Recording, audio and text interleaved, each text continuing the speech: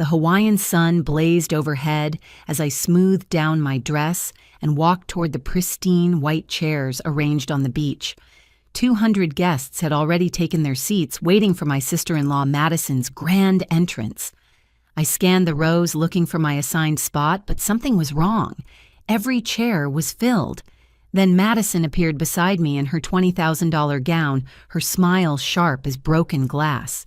"There's no seat for you, Andrea," she announced loudly. "Lowborn blood is different from ours." My husband Ryan stood nearby with his parents and brother, and they all snickered at her words. I looked at each of them, memorizing their cruel smiles, then said simply, "I understand," and walked away. They had no idea that I, not Ryan, had paid for every single detail of this wedding. 6 months earlier, the Patterson family had gathered at their sprawling Connecticut estate to celebrate Madison's engagement to Derek Whitfield. The 12-bedroom colonial house buzzed with excitement as relatives arrived in their luxury cars, each one eager to hear about the upcoming society wedding. I sat quietly beside Ryan on an antique sofa, while his mother Patricia held court her pearl necklace, catching the light from the crystal chandelier. "Derek comes from such a distinguished family," Patricia gushed, adjusting her designer blazer. "His grandfather was a senator, you know. This union will be magnificent for the Patterson name." Madison swept into the room wearing a silk dress that probably cost more than most people's monthly rent. Her engagement ring, a 4-carat cushion-cut diamond, sparkled as she gestured dramatically. "I've already started planning. We're thinking Hawaii, the Royal Pacific Resort. Only the best for a Patterson wedding." "How wonderful!" Ryan's father, Richard, boomed from his leather wingback chair. "Ryan here will ensure everything is perfect. Won't you, son? After all, you're the family's golden boy, our star investment banker." Ryan puffed up with pride, straightening his shoulders. "Of course, Dad. Nothing but the best for my little sister." I shifted uncomfortably, knowing the truth that none of them suspected. Ryan had been unemployed for 2 months, leaving the house each morning in his suit and spending his days at coffee shops, too ashamed to admit he'd been laid off from Wellington Financial. But here, surrounded by his family's expectations, he played his part perfectly. "The wedding will probably run around $300,000, Madison said casually, as if discussing the weather. "The venue alone is $75,000 for the weekend buyout. Then there's catering, flowers, the designer dress appointments in New York." "Whatever you need," Ryan said immediately. "I'll handle it." Patricia beamed at her son. "This is why Ryan has always been my pride and joy. So successful, so generous. Unlike some people who marry into families hoping to climb the social ladder." Her eyes flicked to me briefly, a look I'd grown accustomed to over our 5 years of marriage. Ryan's brother James chuckled from across the room. "Remember when Ryan told us he was marrying Andrea? We thought he was joking, a scholarship kid from Nebraska." Now, Richard said with false magnanimity. "Ryan's little housewife has adjusted well enough to our lifestyle. Haven't you, Andrea?" "It's Andrea," I corrected softly, though I knew he'd been getting my name wrong deliberately for years. "Of course, dear," Patricia said dismissively. "Why don't you go check on the catering? I'm sure the kitchen staff could use some supervision." I stood to leave, catching the smirk Madison threw my way. As I walked toward the kitchen, I heard them resume their conversation about Yale connections and country club memberships, Ryan's voice the loudest among them. That night in our bedroom at the estate, Ryan finally dropped his mask. He sat on the edge of the bed, his head in his hands, shoulders shaking. "I can't do this anymore," he whispered. I sat beside him, placing a gentle hand on his back.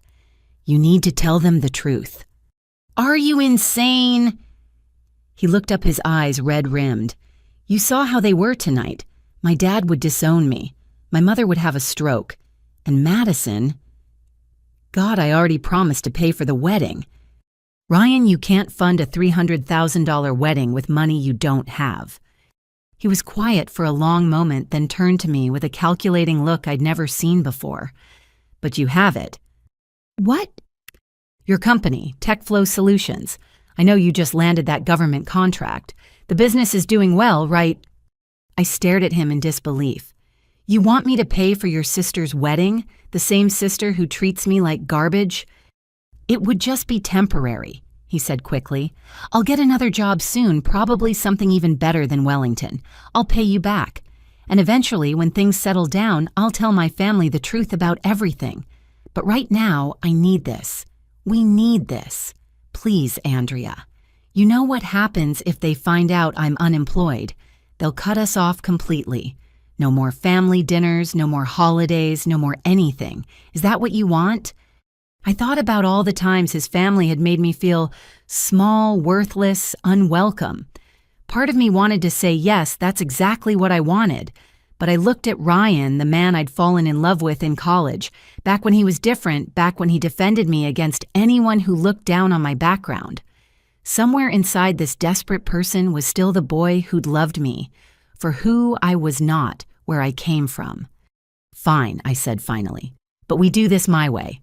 Every payment goes through my company accounts. I want documentation for everything, and Ryan, you have to promise me that you'll tell them the truth when the time is right. I promise, he said, pulling me into a hug.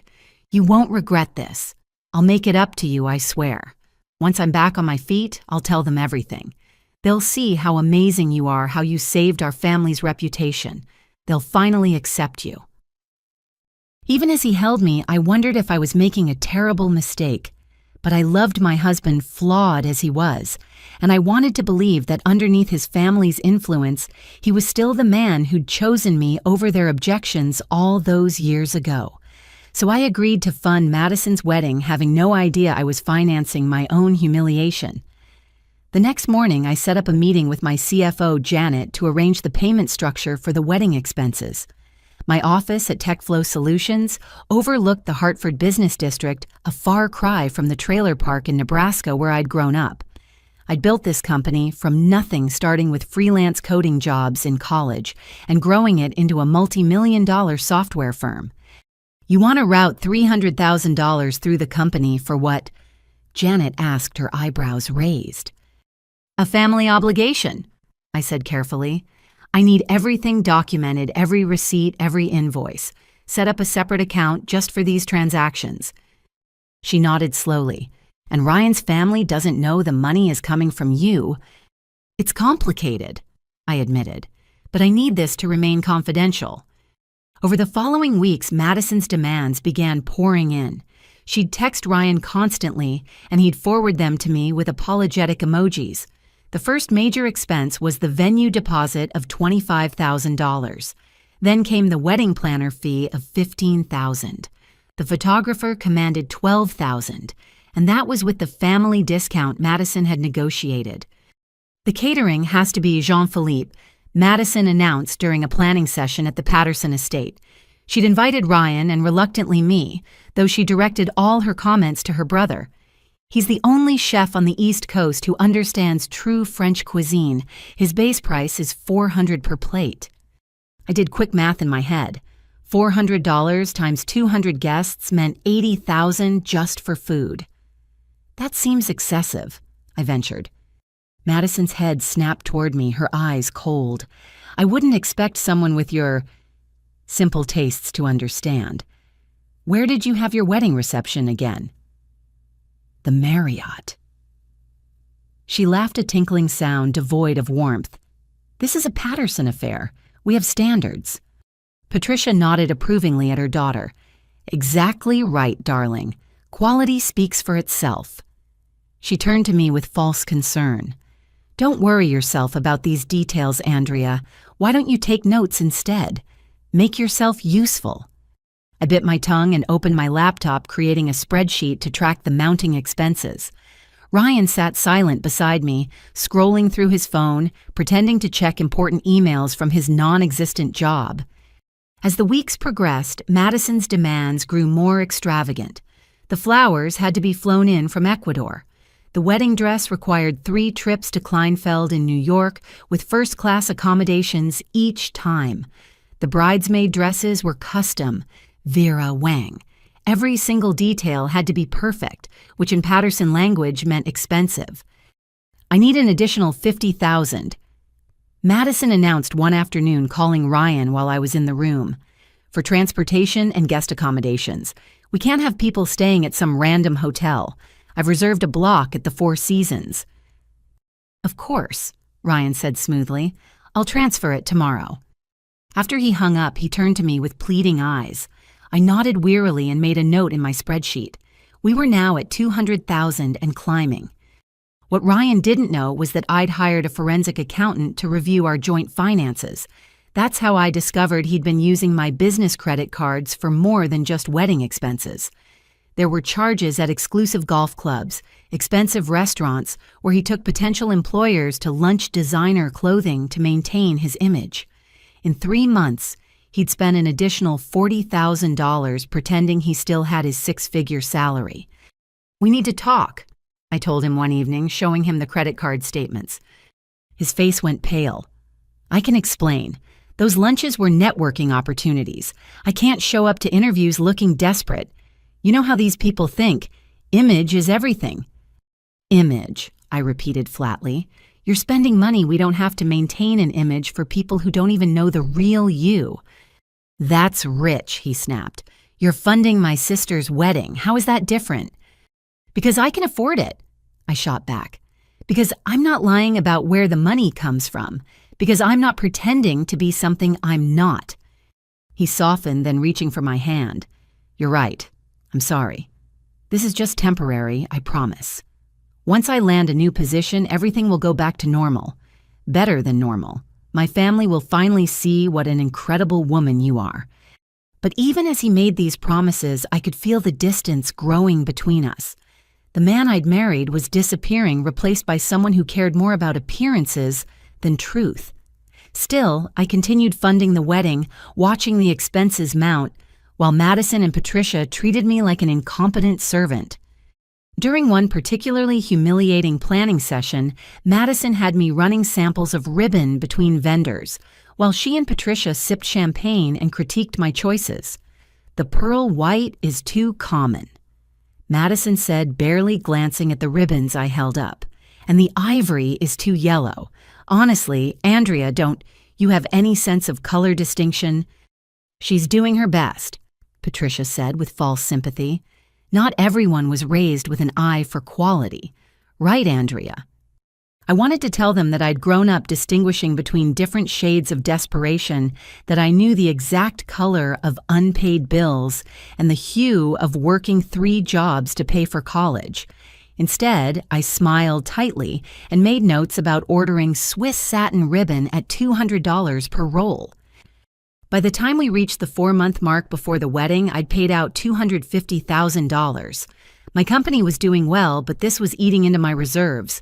Ryan showed no signs of finding employment, though he maintained an elaborate charade of interviews and meetings.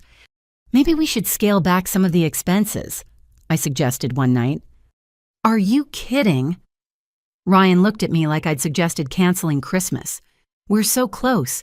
Madison's counting on this. My whole family is watching. I can't back out now." So I kept paying, documenting every expense, building a paper trail that told the story of my generosity and their greed. I had no idea then how important those documents would become, or how much I'd need them when the time came to reveal the truth.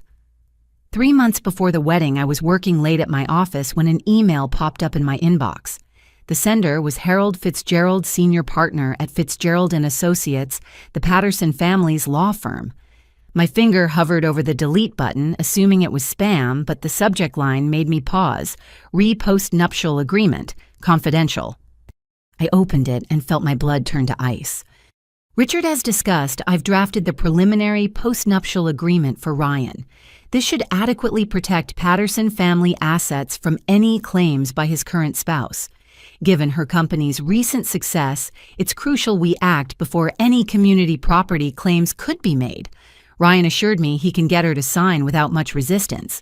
We should move forward quickly, ideally before Madison's wedding, when family emotions will be running high." The email was clearly meant for Ryan's father, not me. My hands shook as I read it again, then forwarded it to my personal attorney before calling her immediately. "Sarah, I need you to look at something," I said when she answered. 20 minutes later, she called back. "Andrea, this is serious. They're planning to have you sign away rights to your own company. Have you and Ryan discussed divorce?" "No," I said numbly. "At least I haven't.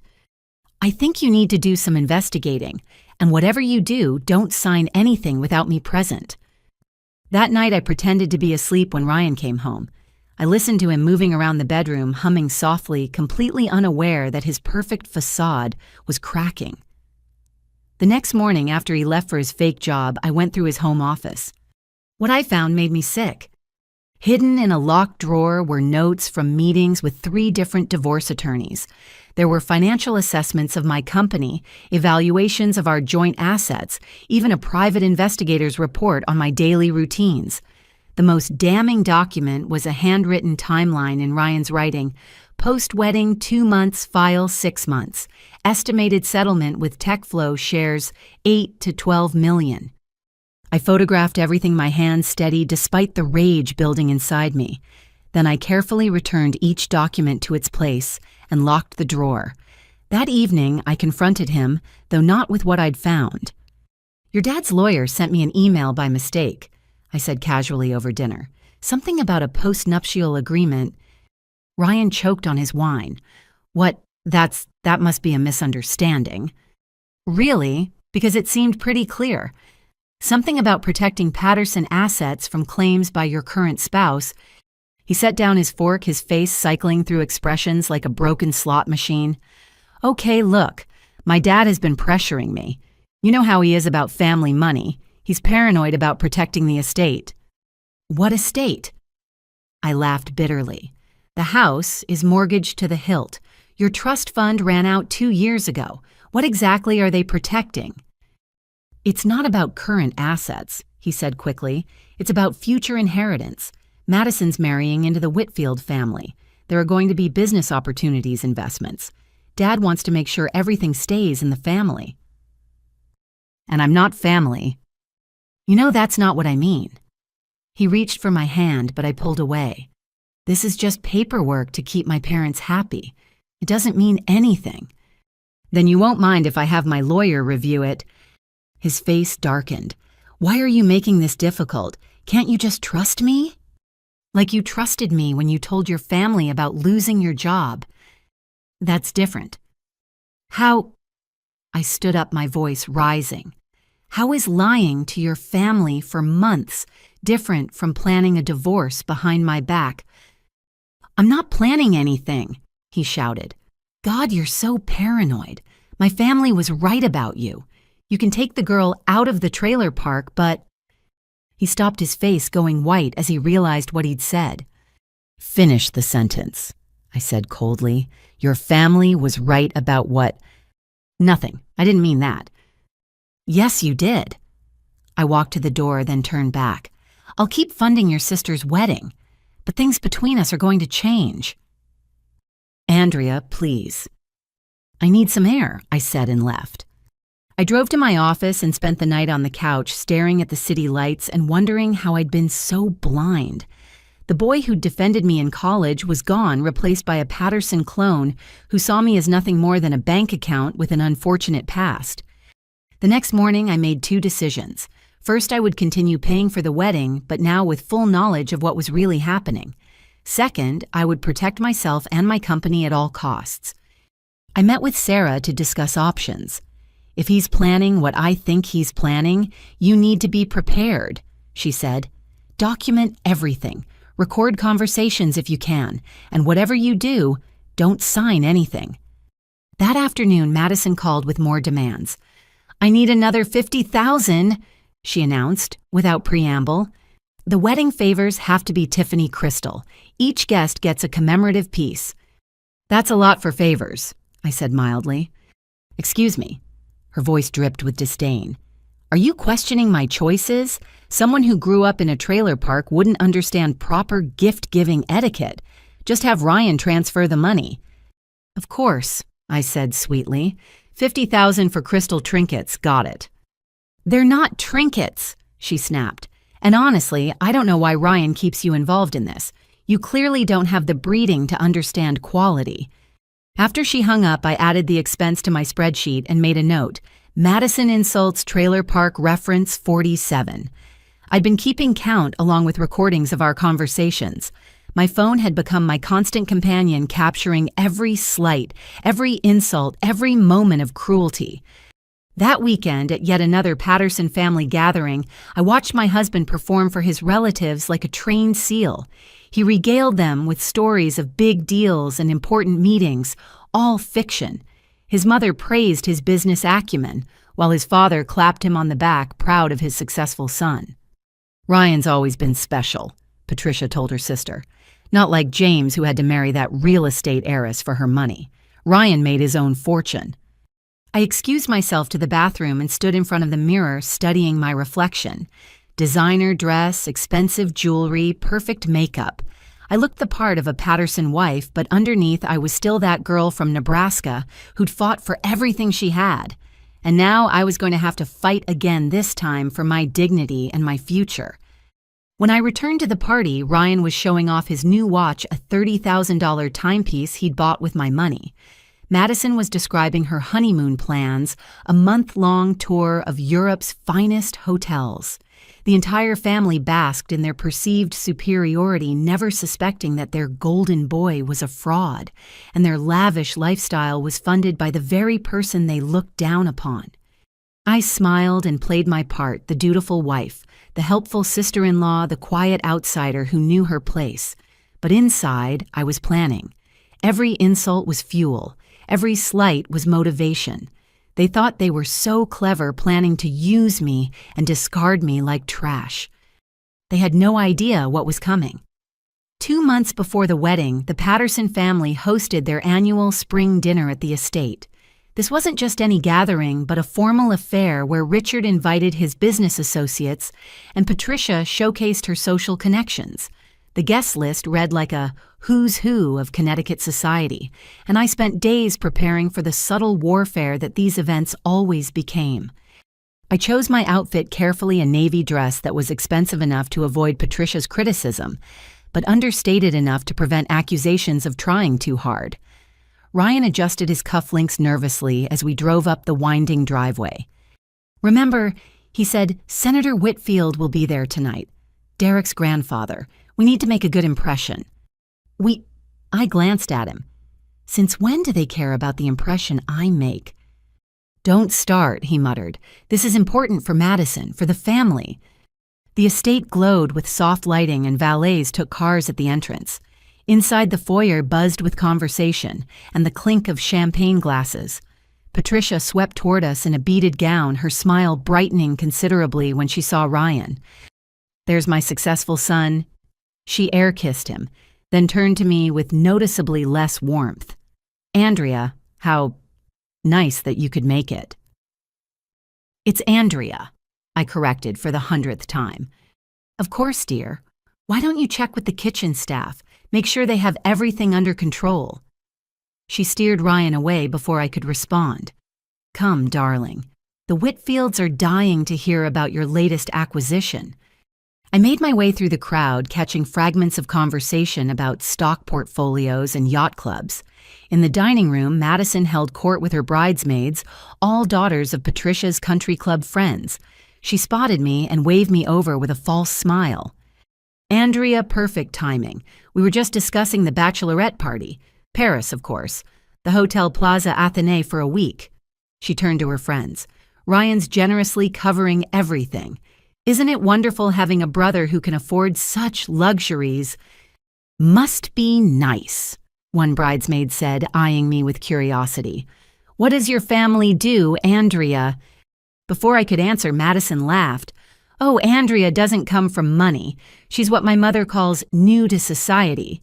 Her family is, what's the polite term, working class?" "I prefer the term hard-working," I said evenly. "Of course you do."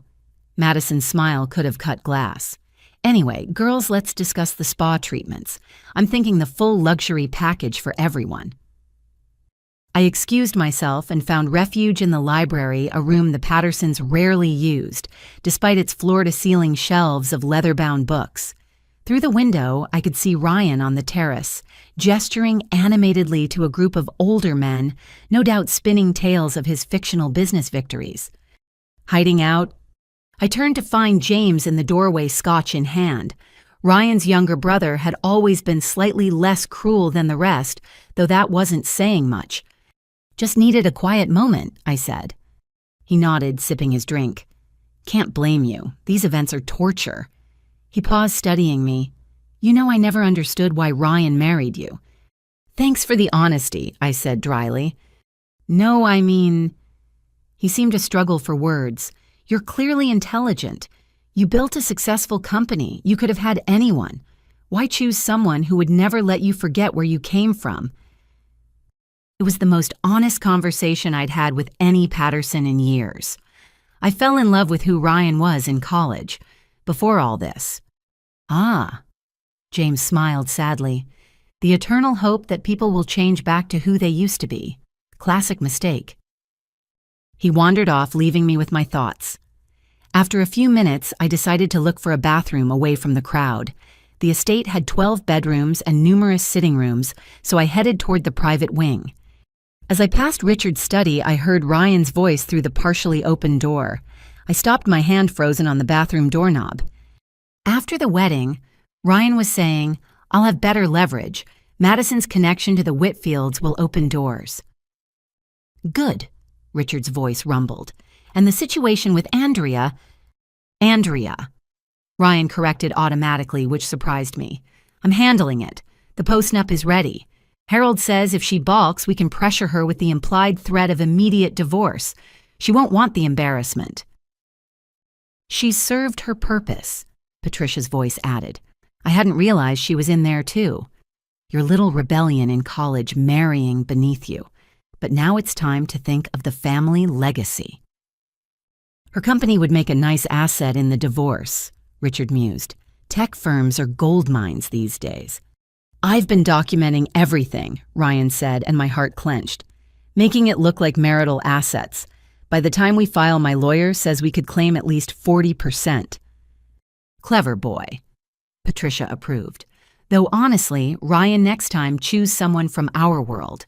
This experiment with charity cases has gone on long enough." "I know, Mother. After this is settled, I promise to be more selective." "The Ashford girl is still single," Patricia suggested. "Oil money, very suitable." I backed away from the door, my hands trembling. In my pocket, my phone had recorded every word. I made it to the bathroom and locked the door, staring at my reflection. My carefully applied makeup couldn't hide the shock in my eyes. When I finally emerged, the dinner bell was ringing. I found my place card at the far end of the table, naturally seated between the catering manager and someone's +1 who looked as uncomfortable as I felt. Ryan sat near the head with his parents laughing at something Senator Whitfield said. Throughout the 7-course meal, I watched my husband charm everyone around him. He told stories about deals that never happened, dropped names of executives he'd never met, and accepted praise for successes that weren't his. Madison announced that the wedding planning was going perfectly, thanks to her generous brother, and the table toasted Ryan's largesse. "Such a wonderful family tradition," Patricia said, raising her glass. "Pattersons supporting Pattersons. Nothing matters more than family loyalty." "Hear, hear," the table chorused. I raised my water glass silently, thinking about the $300,000 of my money funding this family loyalty. The bitter irony almost made me laugh. After dinner, the men retired to the study for cigars and brandy, while the women gathered in the conservatory. I tried to slip away, but Patricia called me back. "Andrea, be a dear and help clear up. The staff could use an extra hand." "The staff seems to have it under control," I said, watching the efficient team of servers. Her eyes narrowed. I wasn't making a suggestion. So I spent the next hour carrying plates and glasses while the other women discussed their charity committees and European vacations. Madison regaled them with wedding details, each revelation more extravagant than the last. "The cake alone is $15,000, she bragged. 7 tiers hand-painted with edible gold. The cake designer is flying in from Beverly Hills. How wonderful that Ryan can provide such luxuries, Senator Whitfield's wife commented. You Pattersons certainly know how to celebrate properly. I set down a stack of plates too forcefully and they clattered loudly. Everyone turned to stare. "Careful," Patricia said icily. "Those are antique Limoges, probably worth more than your childhood home." "Probably," I agreed, though my childhood home taught me values that money can't buy. An uncomfortable silence fell over the room. Madison broke it with a tinkling laugh. "How quaint. Shall we discuss the honeymoon suite? It's $10,000 a night, but Derek insists on the best." I excused myself and went outside for air. The Connecticut night was crisp, and I breathed deeply, trying to calm my racing thoughts. Everything was falling into place now. The unemployment, the secret meetings, the demands for money. It had all been planned. "There you are." Ryan appeared beside me, loosening his tie. "You disappeared." "Your mother had me buzzing tables," I said flatly. He had the grace to look embarrassed. "She doesn't mean anything by it." "Doesn't she?" I turned to face him. "Tell me something, Ryan. When you look at me, what do you see, your wife or a convenient bank account with an unfortunate past? Where is this coming from?" He tried to take my hand, but I stepped back. "You're being dramatic." I heard some interesting conversations tonight." His face went still. "What conversations?" "Does it matter? Apparently, after Madison's wedding, you'll have better leverage for, what was it? Handling the situation with me. You were eavesdropping. Is that really your concern right now, that I overheard your plans to steal my company?" He laughed, but it sounded forced. "Nobody's stealing anything. You're paranoid. My family talks about business all the time. It doesn't mean anything. Your mother has already picked out your next wife. The Ashford girl. Oil money. Very suitable." His face flushed. "That's just mother being mother. You know how she is." "Yes," I said quietly. "I know exactly how she is, how all of you are." A valet brought our car around, and we drove home in silence. I stared out the window, watching the mansions pass by, each one a fortress of privilege and pretense. In my pocket, my phone held the evidence of my husband's betrayal, each word a nail in the coffin of our marriage. But I wasn't ready to bury it yet. Not when there was still a wedding to pay for and a lesson to teach. The Pattersons thought they were so clever, so superior. They had no idea that the trailer park girl they mocked had become a queen in her own right, and queens knew how to protect their kingdoms. As we pulled into our driveway, Ryan finally spoke. "Whatever you think you heard tonight, you're wrong. I love you, Andrea. That hasn't changed." I looked at him in the dim light of the car. "You're right. It hasn't changed. Because you never loved me at all. You loved the idea of rebellion, of shocking your parents. And when that wore off, you loved my money. But me, the real me. You've been planning to discard me like trash since the day you lost your job." "That's not true." But I was already out of the car, walking toward the house. Behind me, I heard him calling my name. For once, he got it right. Andrea. Not Andrea. Not the charity case. Not the trailer park girl. Andrea. The woman who was about to teach the Patterson family a lesson they'd never forget. The week after the disastrous family dinner, I decided to take a more active role in the wedding planning. Not because I wanted to help Madison, but because I needed to understand exactly where my money was going.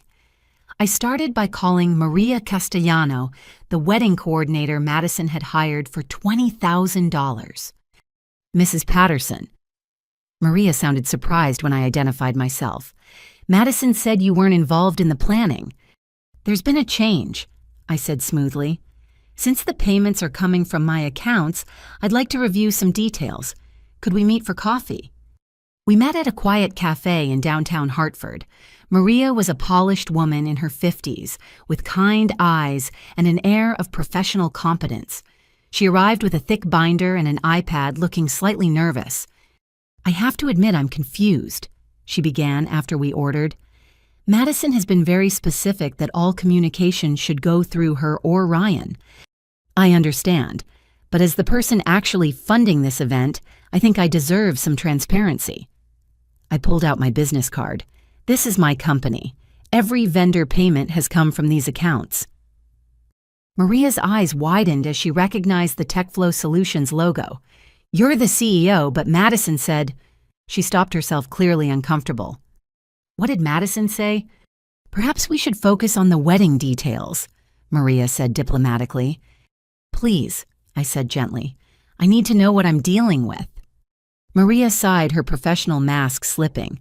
She told me you were Ryan's dependent, that you had no say in the planning because you wouldn't understand the level of sophistication required. I see. I kept my voice neutral despite the anger simmering inside. And how has Madison been treating you and your team? That's not really... Maria, please. I'm asking as one businesswoman to another. She glanced around the cafe, then leaned forward. It's been the most challenging event of my career. Madison has made 3 of my assistants cry. She threatens to destroy our reputation if the smallest detail isn't perfect. Last week, she screamed at our junior coordinator for 40 minutes because the sample invitations were pearl white instead of diamond white. I'm sorry you've had to deal with that. It's more than just rudeness. Maria continued, seeming relieved to finally talk to someone. She demands we redo work constantly, then refuses to pay for the extra hours. She's told vendors that if they charge for changes, she'll ensure they never work in Connecticut again. I pulled out my phone. Send me a list of all the vendors and any outstanding payments for additional work. I'll make sure everyone is compensated fairly. Maria's eyes filled with tears. You have no idea what this means. Some of these people are small business owners. They can't afford to work for free. Over the next few days, I systematically contacted every vendor. The stories were remarkably similar.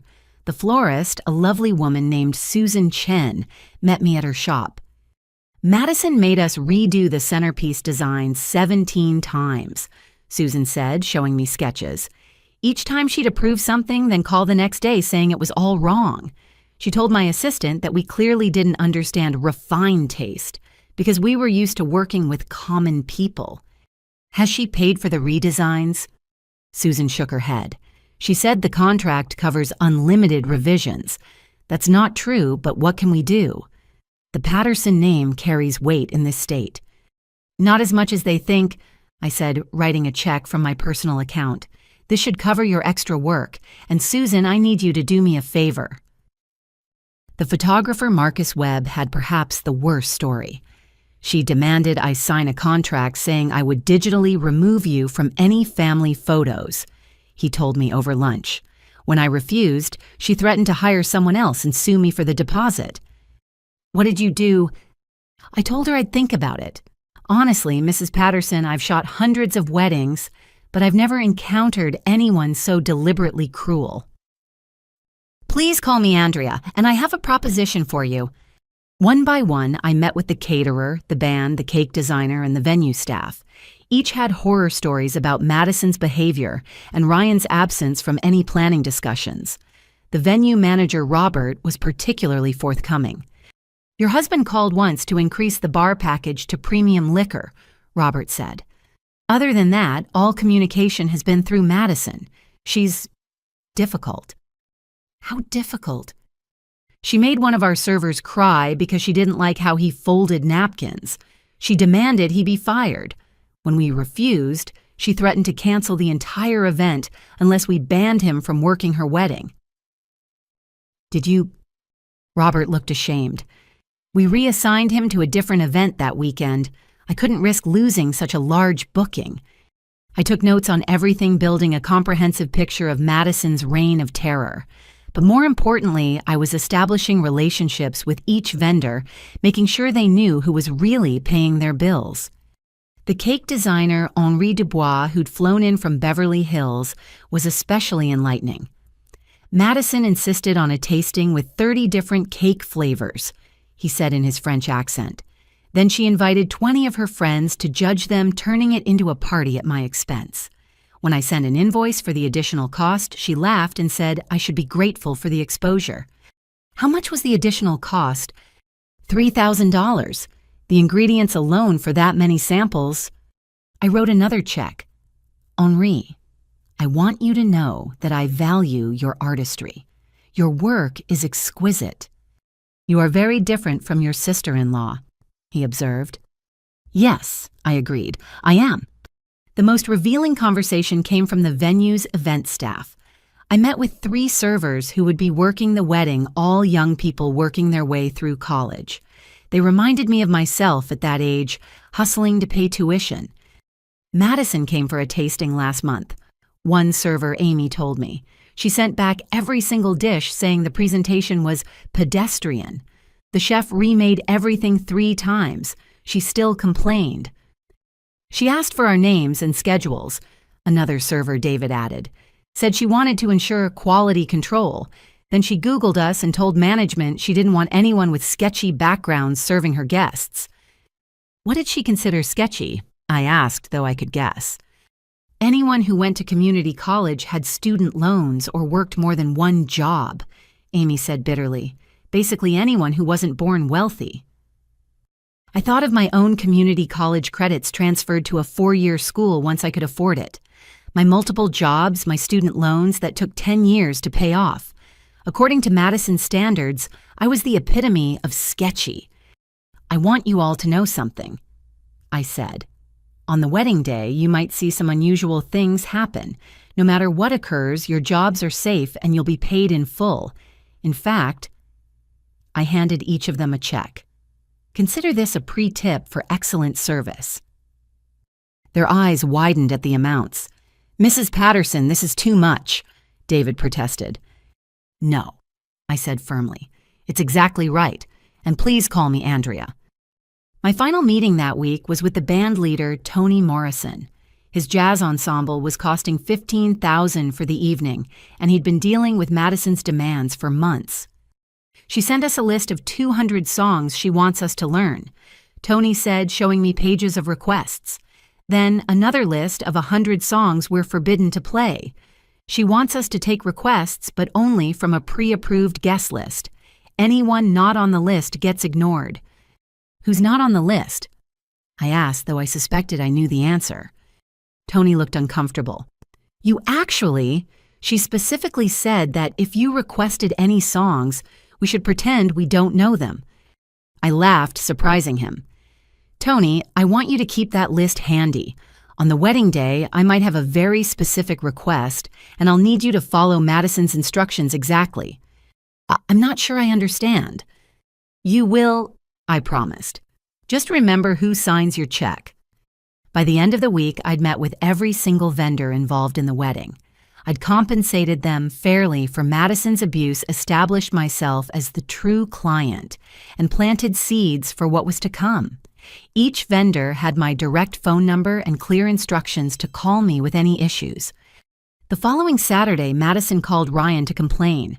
I could hear her shrill voice through his phone from across the room. The vendors are being difficult, she whined. They keep asking for confirmations and talking about payment schedules. Why are they bothering me with these details? I'll handle it, Ryan promised, shooting me a warning look. After he hung up, he confronted me. Have you been talking to the wedding vendors?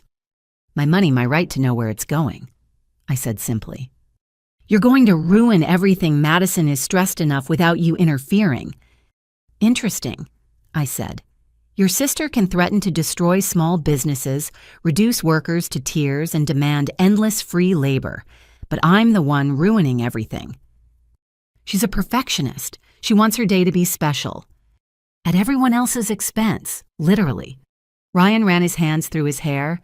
Can you please just stay out of it? We're so close to the wedding. Just a few more weeks. Oh, I'll stay out of it, I agreed. But the vendors now know who to contact if there are any problems. Your sister's reign of terror is over. You're being dramatic. Am I? Did you know she demanded the photographer edit me out of all family photos, or that she told the band to ignore any song requests I might make, or that she tried to have servers fired for being working class? Ryan's face showed genuine surprise at the last one. She wouldn't. She did, repeatedly. Your sister is a monster, Ryan, and you've enabled her by letting everyone believe you're funding her cruelty. It's just wedding stress. She'll calm down after After she's humiliated enough people, after she's destroyed enough small businesses, or after you divorce me and she doesn't have to pretend to tolerate my presence anymore. He flinched at the word divorce. We're not talking about that right now. No, you're just meeting with lawyers and planning timelines. But you're right, we're not talking about it. We're done talking. I walked away, leaving him standing in our living room surrounded by the luxury my success had provided. In my home office, I updated my spreadsheet with the additional payments I'd made to vendors. The wedding was now costing me closer to $400,000, but the extra expense was worth it. I'd bought something more valuable than flowers or cake or crystal favors. I'd bought allies. And on Madison's perfect day, when she stood in her designer dress surrounded by the vendors she'd terrorized, she'd learn what happened when you treated people like they were beneath you. They rose up, and sometimes they brought the whole house down with them. I arrived in Hawaii a full week before the wedding, ostensibly to help with last-minute preparations. The Royal Pacific Resort was even more spectacular than the photos with its pristine beaches, lush gardens, and discreet luxury that whispered rather than shouted its 5-star status. I checked into my ocean view suite different from the block reserved for wedding guests and immediately set up my mobile office. My first call was to Sarah, my attorney. "I'm in Hawaii. Is everything ready on your end?" "Locked and loaded," she confirmed. "The divorce papers are drawn up and I have all the financial documentation prepared. Are you sure about the timing?" "Positive. The moment needs to be perfect." "And the other matter? My CFO has all the payment authorizations ready to execute on my signal. The vendor contracts are clear that I'm the client of record." After ending the call, I video conferenced with my executive team back in Hartford. TechFlow Solutions had just landed another major contract, and I needed to sign off on some decisions. It felt good to focus on real business instead of the Patterson family drama. That afternoon, Madison summoned me to her penthouse suite. She answered the door in a silk robe, her hair in enormous rollers, looking every inch the bridezilla she'd become. "Finally," she snapped. "I've been waiting for 20 minutes. I glanced at my phone. "You texted me 7 minutes ago." "Don't be pedantic. Come in. There's work to do." Her suite was chaos. Wedding paraphernalia covered every surface, and 2 harried assistants scurried around trying to organize the mess. Madison gestured imperiously at a mountain of gift bags. "These need to be sorted by table number and checked against the guest list. Each bag needs tissue paper in the exact shade of blush we selected, not the coral that arrived. You'll need to go to every store in town to find the right color." "Interesting task for the woman funding your wedding," I observed mildly. Madison's face flushed. "Ryan is funding this wedding. You're just here to help." "Of course," I said, smiling. How silly of me to think the $300,000 from my accounts meant anything. One of the assistants, a young woman named Claire, glanced up sharply at this exchange, but quickly looked away when Madison glared at her. "Just do what you're told," Madison commanded. "And try not to embarrass the family. We have important guests arriving. The Whitfield's yacht docked this morning." I spent the next several hours on deliberately menial tasks. Madison had me polish each piece of crystal in the gift bags, steam every ribbon and handwrite table numbers in calligraphy, rejecting my first attempts as too common-looking. Through it all, her assistants watched with growing discomfort. During a break, Claire approached me quietly. "Mrs. Patterson, I'm sorry about all this. It doesn't seem right." "What's your last name, Claire?" "Murphy. I'm a junior at Connecticut College." "Working to pay tuition?" She nodded. "This job pays well, but—" She glanced at Madison, who was berating someone on the phone. "But some things aren't worth the money," I finished.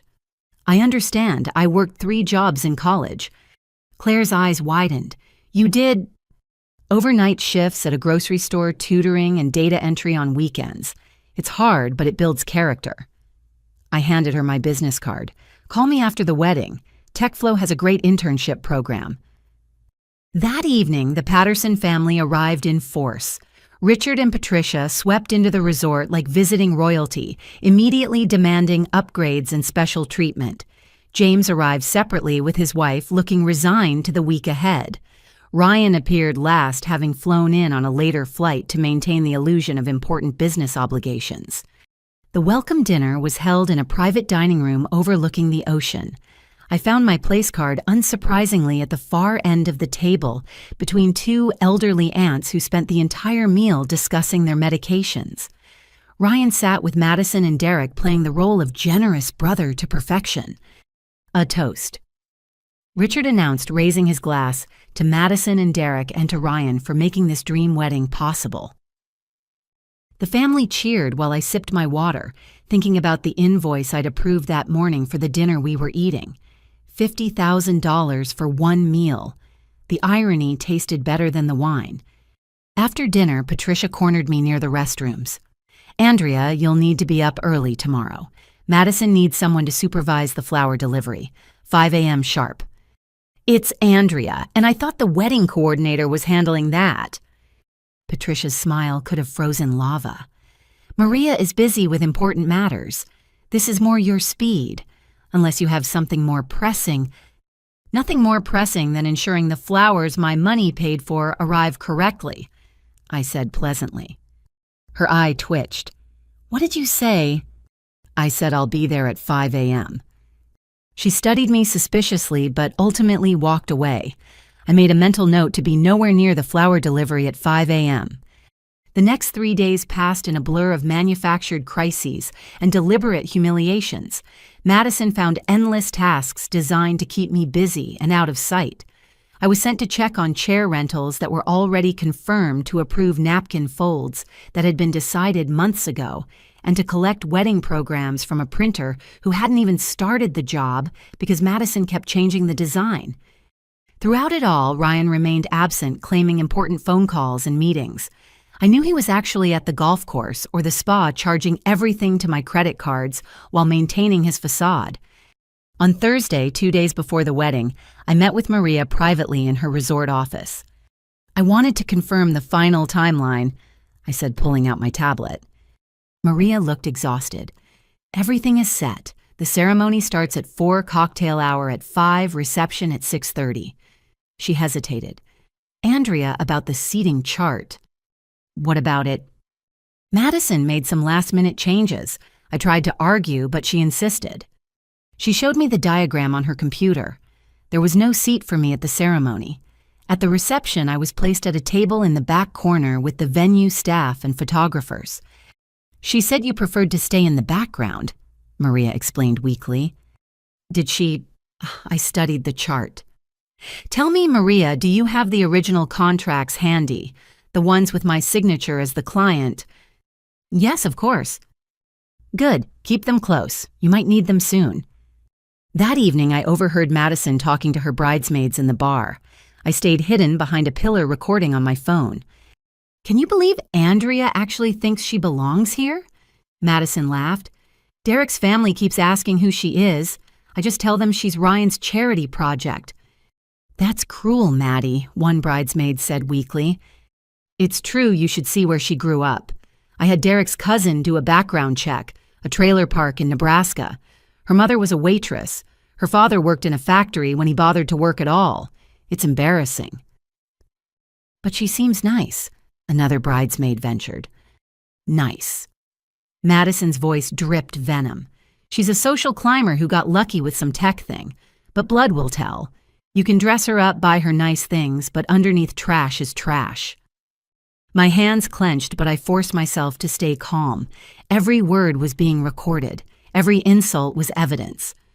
The night before the wedding, the rehearsal dinner was held on the beach. It was a lavish affair with a 10-piece band, gourmet food stations, and champagne flowing like water. I arrived to find the seating in chaos, with Madison shrieking at the staff about arrangements. "How hard is it to follow a simple chart?" she screamed at a young server. I recognized David from my earlier meeting with the venue staff. He was trying to explain that there weren't enough chairs at the head table, but Madison wouldn't listen. "Figure it out," she snapped. "And if you can't handle basic counting, maybe you shouldn't be working tomorrow." I stepped forward. "What seems to be the problem?" Madison whirled on me. "This is none of your business. Go check on the dessert table or something useful."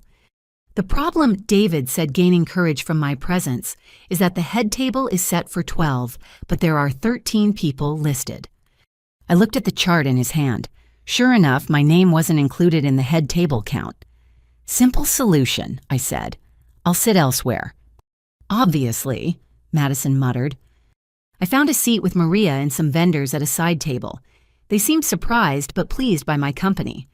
As the evening progressed, I watched Ryan give a touching toast about family bonds and the importance of loyalty. The Whitfields beamed while Patricia dabbed at her eyes.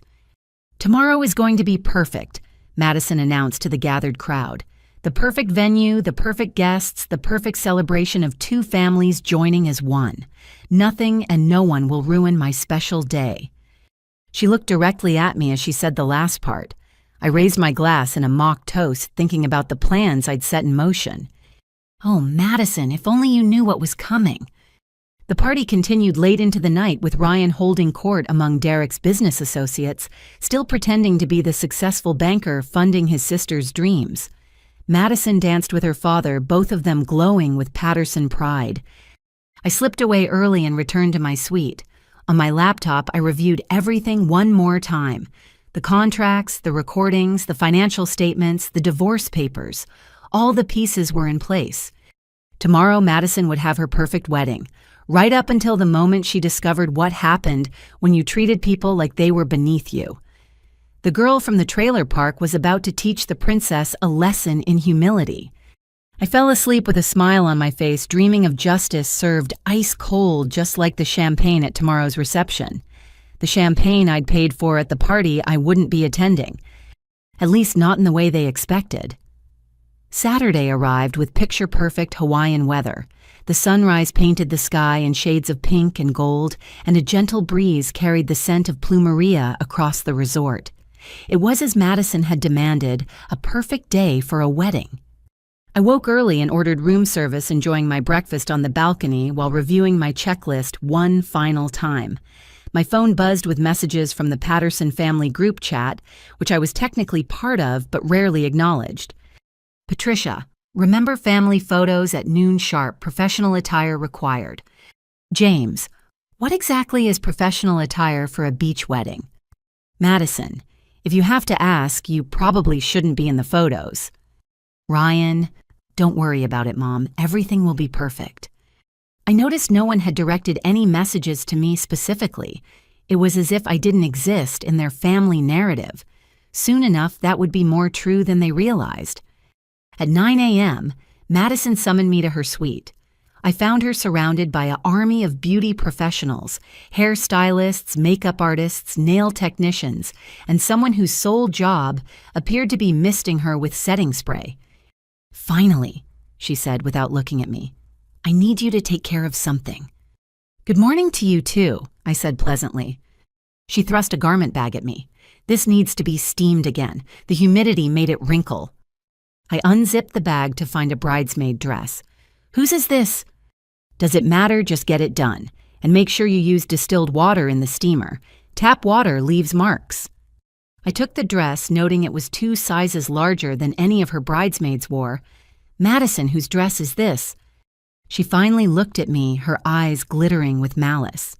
"It was supposed to be for Ryan's wife, but then we realized you wouldn't fit in the photos anyway. Wrong aesthetic. So we gave it to Derek's cousin instead." "I see." I kept my voice neutral. "So you ordered a bridesmaid dress for me, then gave it away." "Ryan thought you might expect to be included." She turned back to her mirror. "I told him you'd understand your place. You do understand, don't you?" "Oh, I understand perfectly." "Good. Now hurry up with the steaming, and when you're done, the shoes in the closet need polish. All 20 pairs. I spent the next hour on these meaningless tasks while Madison's bridesmaids arrived in a flutter of excitement. They were all variations on a theme, blonde, thin, and expensively maintained. They air-kissed Madison and gushed over her appearance, while pointedly ignoring me. "Is that the help?" I heard one whisper. "No," another giggled. "That's Ryan's wife, but basically the same thing." Around 11, Patricia arrived with the photographer to oversee the getting ready shots. She surveyed the room with a critical eye, her gaze lingering on me with obvious displeasure. "Andrea, what are you still doing here? The family photos are in an hour." "It's Andrea, and Madison asked me to polish shoes." "Well, finish up and go get ready. Try to look presentable. We have important guests." I held up a designer heel that cost more than most people's rent. "Define presentable." Her nostrils flared. "Just try not to embarrass us. Wear something appropriate. Not too flashy, not too plain. You do understand subtlety, don't you?" "I'm learning more about it every day."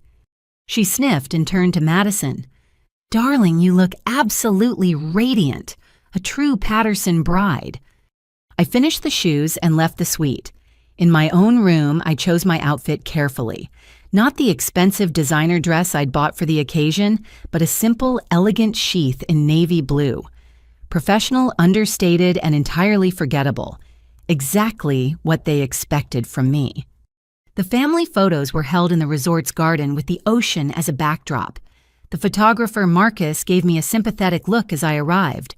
The Patterson clan was already assembled, Richard in his tuxedo, Patricia dripping in diamonds, James and his wife, various cousins and aunts. Ryan stood at the edge, checking his phone. "Andrea," Marcus said professionally, "let's have you stand here for the first shot." "No." Madison interrupted, appearing in full bridal glory. "We're doing immediate family only first. Andrea can wait." "But she's Ryan's wife," Marcus pointed out. "That makes her immediate family." Madison's smile was sharp. "Does it though, Ryan, tell him." My husband looked up from his phone, his face cycling through emotions. For a moment I thought he might actually defend me. Then he shrugged. "Maybe it's easier if we do the core family first. Andrea won't mind waiting." "Of course not," I said smoothly. "I'll just stand over here." For the next 40 minutes, I watched the Patterson family pose in various combinations. Madison with her parents, the siblings together, the entire extended family. Each time Marcus suggested including me, Madison found a reason to object. The light wasn't right. The composition would be off. They needed to hurry for the next setup. "Now let's get some candid shots while everyone's getting ready," Marcus announced. "Andrea," Patricia called out, "be a dear and hold our purses while we walk. We can't have them in the photos." So I stood there laden with designer handbags like a human coat rack while the family strolled through the gardens laughing and posing. My phone buzzed with a text from Maria. "Final confirmations complete. All vendors aware of payment situation." Perfect. The photo session finally ended and everyone dispersed to prepare for the ceremony. Ryan lingered, approaching me with something that might have been guilt in his eyes.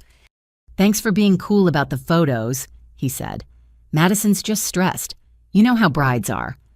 We eloped, remember? You said big weddings were a waste of money." He flinched.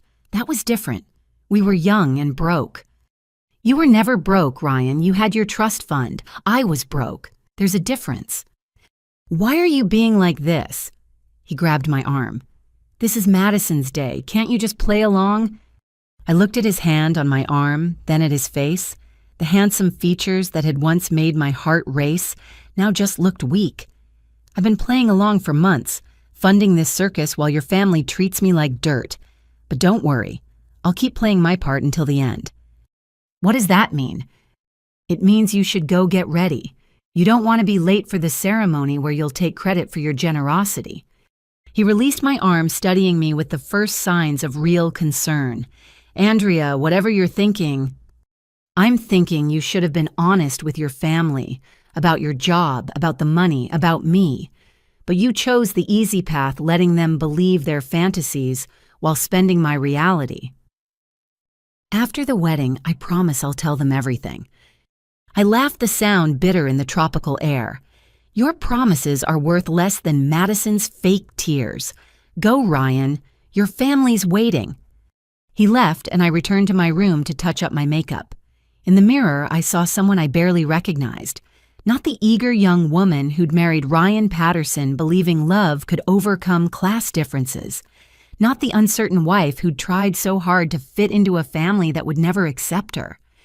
I saw a CEO, a self-made success, A woman who'd built an empire from nothing while her husband's family built nothing but debt and delusions. 3 o'clock arrived. Time to get to the ceremony venue. I gathered my purse, making sure my phone was fully charged and ready to record. One more hour of humiliation, and then the tables would turn.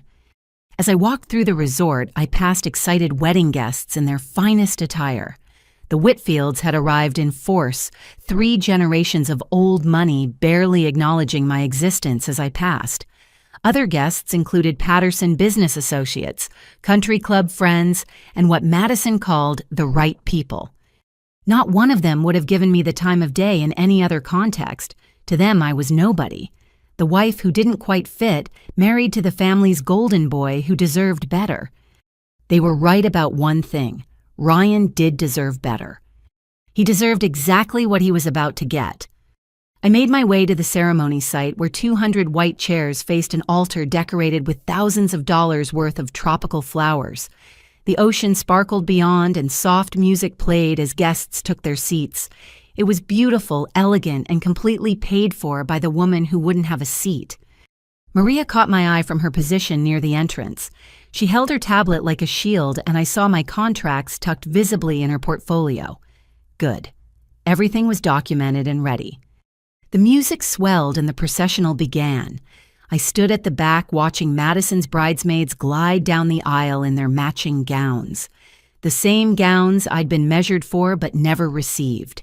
Then came the flower girls, the ring bearer, and finally the music changed to the wedding march. Madison appeared on Richard's arm, resplendent in her $40,000 dress, holding her $10,000 bouquet, walking down the aisle I'd paid for toward the altar I'd funded. She looked every inch the princess she believed herself to be. As she passed my position at the back, we made eye contact. Her smile widened, triumphant and cruel. She'd won, that smile said. She'd successfully excluded me from my own husband's family, pushed me to the margins where trash like me belonged. I smiled back, thinking of the phone calls I would make in exactly 50 minutes. She had no idea that her kingdom was built on sand and the tide was about to come in. The ceremony proceeded like a fairy tale.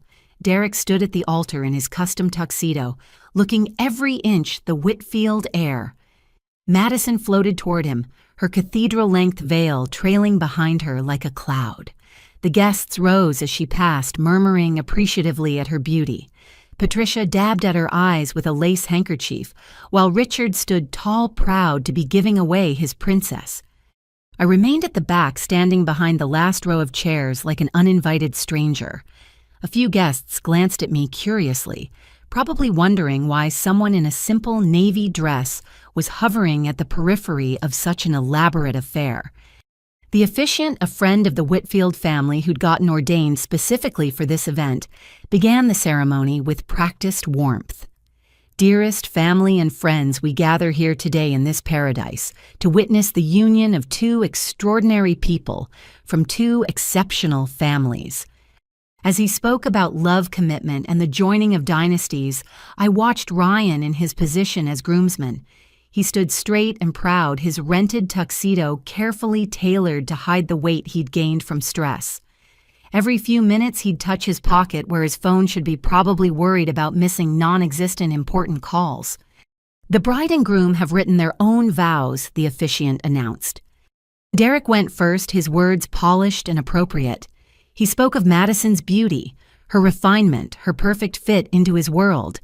Madison's vows were equally superficial, focusing on Derek's success, their shared vision of a life filled with yacht clubs and charity galas. Neither mentioned kindness. Neither spoke of partnership through hardship. It was a business merger dressed in white silk and promises. "The rings, please," the officiant called. Ryan stepped forward with the rings, playing his part as the devoted brother. The $20,000 wedding bands gleamed in the afternoon sun as Madison and Derek slipped them on each other's fingers. "By the power vested in me, I now pronounce you husband and wife."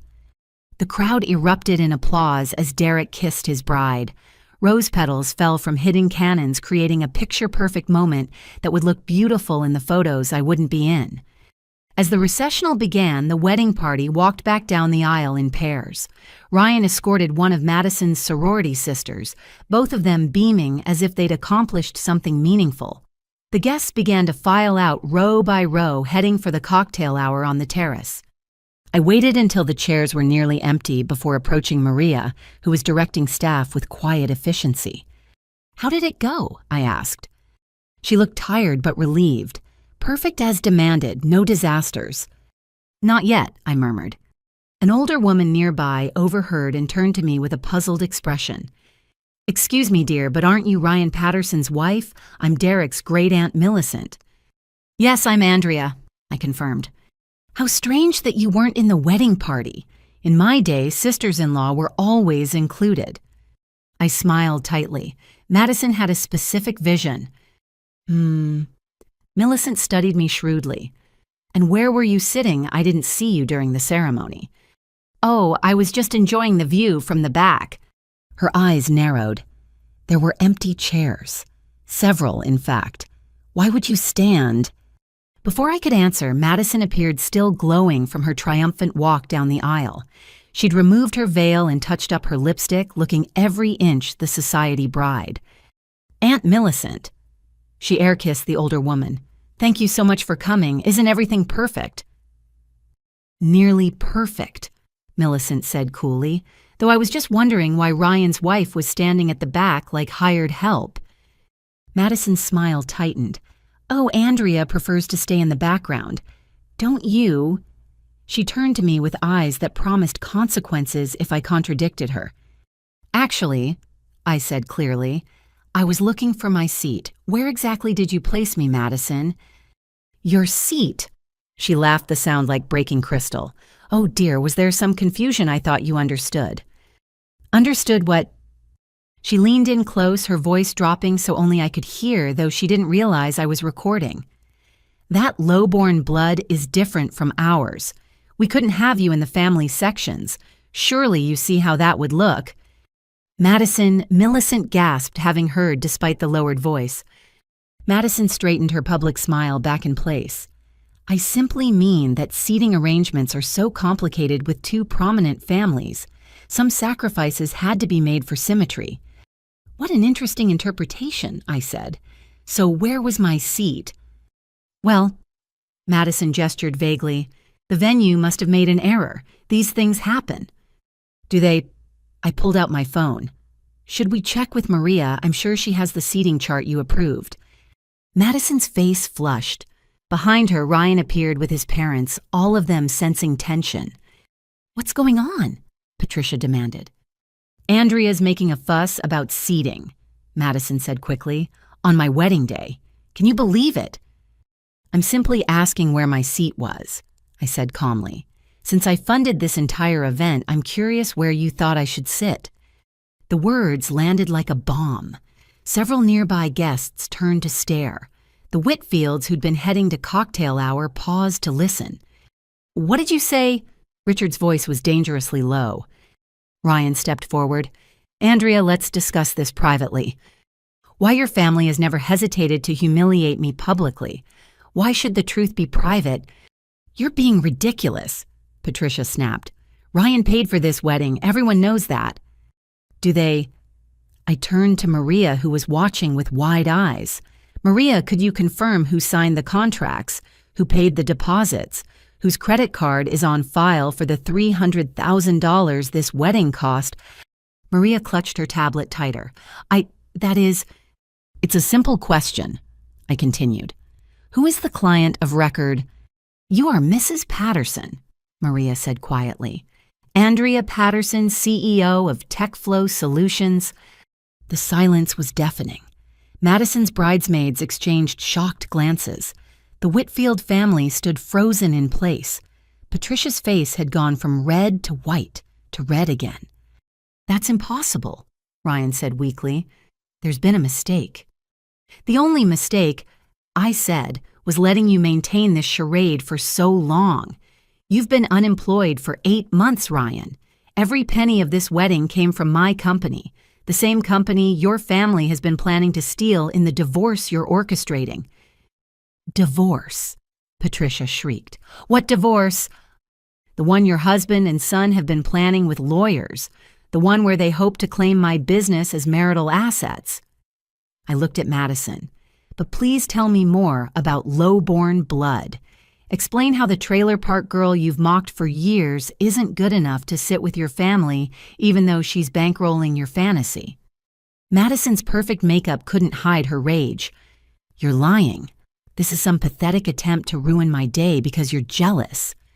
I held up my phone. "I have recordings, Madison. Every insult, every slight, every moment of cruelty, including the one from 5 minutes ago about low-born blood. You recorded me." She lunged forward, but Derek caught her arm. "Madison, what's going on?" He looked between us, confusion clear on his face. "Is this true?" "Of course not," Madison said shrilly. "She's delusional. Ryan, tell them—" All eyes turned to Ryan, who stood there like a deer in headlights. His mouth opened and closed, but no words came out. "Tell them, Ryan, I encouraged. Tell them about Wellington Financial. Tell them about the 8 months of pretending to go to work. Tell them about the golf club memberships and expensive lunches all charged to my corporate cards, while you plan to divorce me and take half my company." "This is absurd," Richard blustered. "My son is a successful investment banker." "Your son is a fraud," I said simply. "Just like this entire family.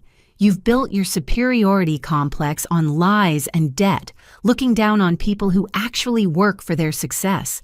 And now at the wedding I paid for, you have the audacity to tell me there's no seat for me because my blood isn't good enough." The crowd of guests had grown drawn by the drama like moths to flame. I saw phones discreetly recording, capturing the Patterson family's humiliation for posterity. Good. Let the world see who they really were. Madison was crying now, mascara-proof tears that somehow didn't disturb her makeup. "You're ruining everything. This is my day." "No," I corrected. "This is my day. The day I stop pretending to be less than I am to protect your fragile egos. The day I stop funding your delusions.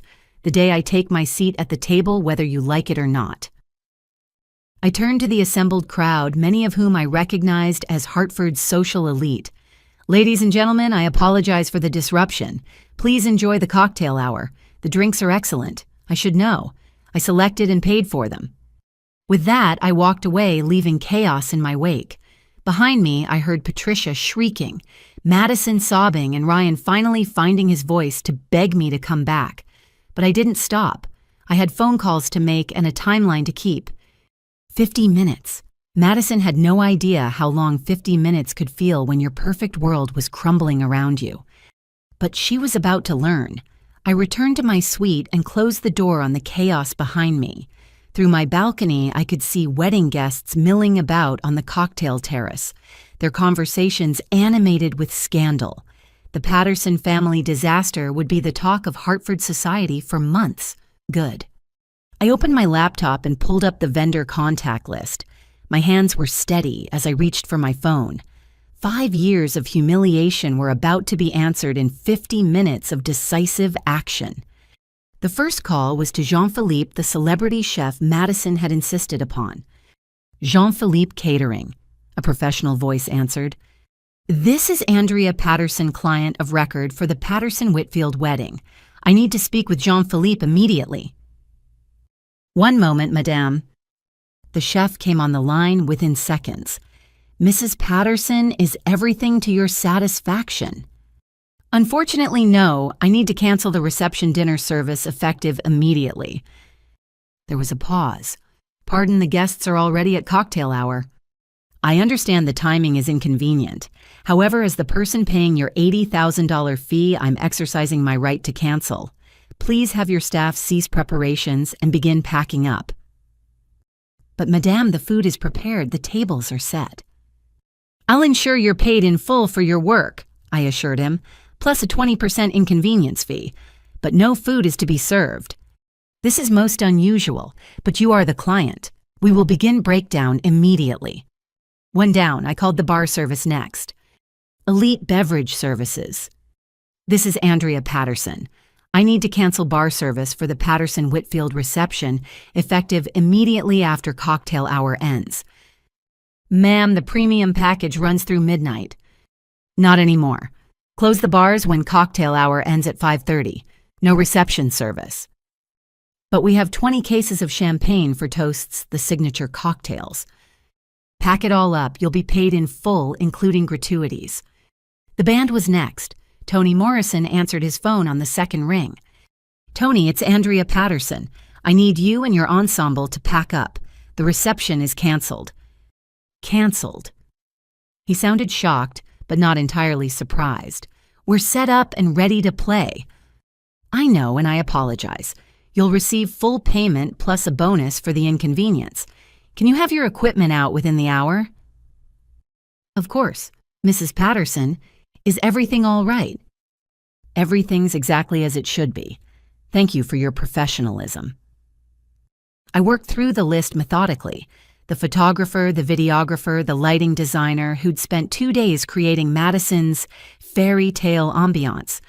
Each vendor confirmed cancellation with varying degrees of surprise, but none argued. They knew who signed their checks. Mrs. Patterson, Marcus the photographer said carefully, I have all the ceremony photos on my cards. Should I process them as contracted? I said. But only deliver the files to me, not to Madison, not to Ryan.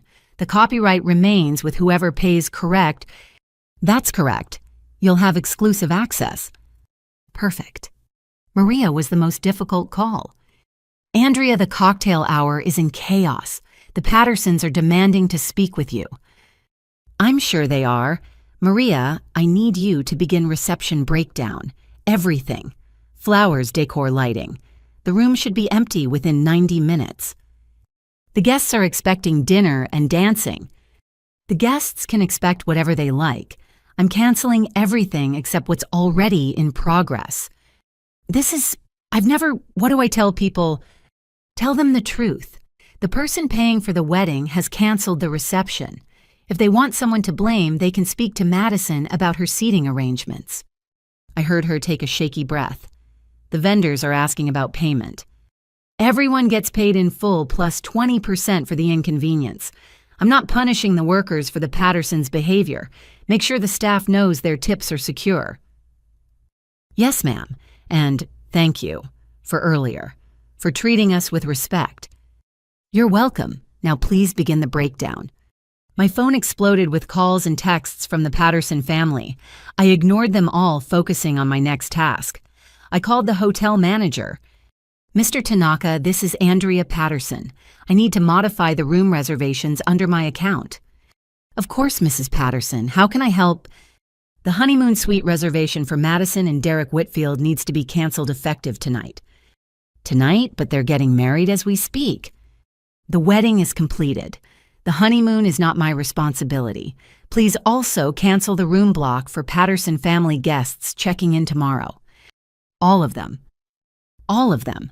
Checkout is still covered for tonight, but no extensions, no late checkouts, no additional charges to my account. This is highly unusual, but within my rights as the account holder. Yes, ma'am, I'll process these changes immediately. I made one final call to my credit card company, canceling all the cards Ryan had access to. The representative confirmed that several charges had been attempted in the last hour, all declined now. 45 minutes had passed. I stood on my balcony and watched the chaos unfolding below. The cocktail terrace was packed with confused guests. I could see Madison in her wedding dress gesticulating wildly as she spoke to a group of bridesmaids. Patricia appeared to be having a heated conversation with Maria, while Richard cornered various vendors who were already beginning to pack up. My phone rang. Sarah, my attorney. I heard the news, she said, without preamble.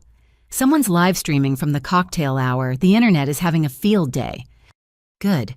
Let them see what happens when you treat people as less than human. Are you sure about this? There's no going back. I've never been more sure of anything in my life. Then I'll file the divorce papers first thing Monday morning. With the recording evidence and financial documentation, Ryan won't get a penny. He can have the house, I said. I never liked it anyway, too many bad memories. Generous of you. Not really. The mortgage is in his name. Let him figure out how to pay for it without my income. I heard commotion in the corridor outside my suite. Footsteps, raised voices, someone pounding on my door. Andrea. Ryan's voice desperate and angry. Open this door, we need to talk. I should go, I told Sarah. The Pattersons have arrived. Good luck. Call if you need backup. I ended the call but didn't move toward the door. Let them pound. Let them rage. I had nothing left to say to any of them. Andrea, please. Madison's voice now shrill with panic. People are leaving. The vendors are packing up. You can't do this. I already did, I said quietly, though they couldn't hear me. More voices joined the chorus. Patricia's imperious demands, Richard's legal threats, various cousins and aunts adding their outrage to the mix. The door handle rattled as someone tried to force entry. Security's on the way, I heard James say. They can't make you leave your room. Good old James, the only Patterson with a shred of sense. My phone buzzed with a text from Maria. Breakdown 70% complete. Guests are leaving in droves. Madison is having a meltdown in the empty reception hall. I smiled grimly and typed back, make sure the staff is taken care of. Extra tips for anyone she abused. The pounding on my door eventually stopped, replaced by the distant sound of arguing.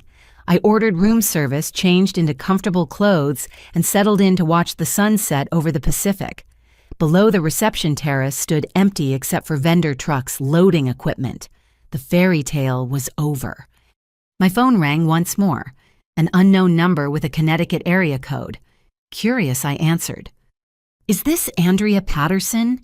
An elderly female voice, crisp and amused. Yes. This is Millicent Whitfield, Derek's great aunt. I wanted to thank you for the most entertaining wedding I've attended in 40 years. I laughed despite myself. Not quite the fairy tale Madison envisioned. My dear, fairy tales are overrated. What you did took courage. That family has been insufferable for years, looking down on everyone while living off borrowed prestige. She paused. I hear you run a successful technology company. I do. Wonderful. Derek's going to need a job soon. This scandal will follow him to every country club in Connecticut. Perhaps you're hiring. I'll consider it, I said, if he learns to judge people by their character rather than their bloodline. Fair enough. Take care, my dear, and well done. The line went dead. I stood on the balcony watching the last of the vendors leave. The wedding that had cost me $400,000 had lasted exactly as long as I'd allowed it to. Madison got her perfect ceremony, her moment as a princess. But the clock had struck midnight, and the carriage had turned back into a pumpkin. Tomorrow, the Pattersons would have to check out of their luxury rooms and face the reality of their situation. Ryan would discover his credit cards were canceled. Madison would return from her non-honeymoon to find her society friends gossiping about the wedding disaster. Richard would realize his business connections wanted nothing to do with the family scandal. But tonight, I raised a glass of champagne, toasting myself for finally standing up. The girl from the trailer park had built an empire, funded a fantasy, and then pulled it all down when they still said she wasn't good enough. Turns out, I was more than good enough. I was the queen, and I'd just reclaimed my throne. An hour after the reception collapsed, security finally convinced the Patterson family to leave my hotel room door. I waited another 30 minutes before venturing out, knowing they'd likely be watching for me. When I finally emerged, I found James sitting in the hallway looking exhausted.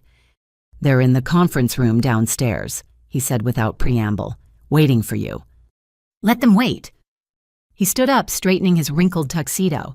You know, part of me is impressed. Nobody's ever stood up to them like this. You could have, I pointed out. No, I couldn't. I'm too deep in the family business, too dependent on the connections. He paused. But you're free, aren't you? You always were.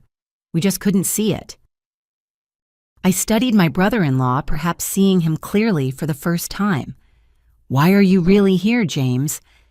To warn you, Dad's calling lawyers' mothers having a breakdown, and Madison, She's beyond rational. Ryan keeps saying he can fix this if you'll just talk to him. There's nothing to fix, it's done. The marriage? Everything. The marriage, the pretense, the whole charade. I started walking toward the elevator. Tell them I'll be down in 10 minutes. Might as well end this properly. The conference room was in chaos when I entered. Madison still wore her wedding dress, now wrinkled and stained with tears. Patricia sat rigid in a chair, her perfect makeup destroyed. Richard paced by the windows, barking into his phone. Ryan stood when he saw me, his face a mixture of anger and desperation. "How could you—" Madison shrieked, jumping to her feet. "You destroyed my wedding, the most important day of my life." "I paid for your wedding," I corrected calmly. "Every penny of it, which makes it mine to destroy." "You vindictive witch!" Patricia stood pointing a shaking finger at me. "You planned this. You've been planning this all along." Actually, I only started planning it when I discovered Ryan was meeting with divorce attorneys. Before that, I was just a fool subsidizing your lifestyle. Richard ended his call and turned to me, his face purple with rage. "You think you're clever, I'll sue you for breach of contract, intentional infliction of emotional distress, fraud." I pulled out my phone and placed it on the table. "Speaking of fraud, would you like to hear the recording of you and Ryan discussing how to steal my company in a divorce? Or perhaps Madison explaining that low-born blood is different from ours? I have months of recordings, Richard.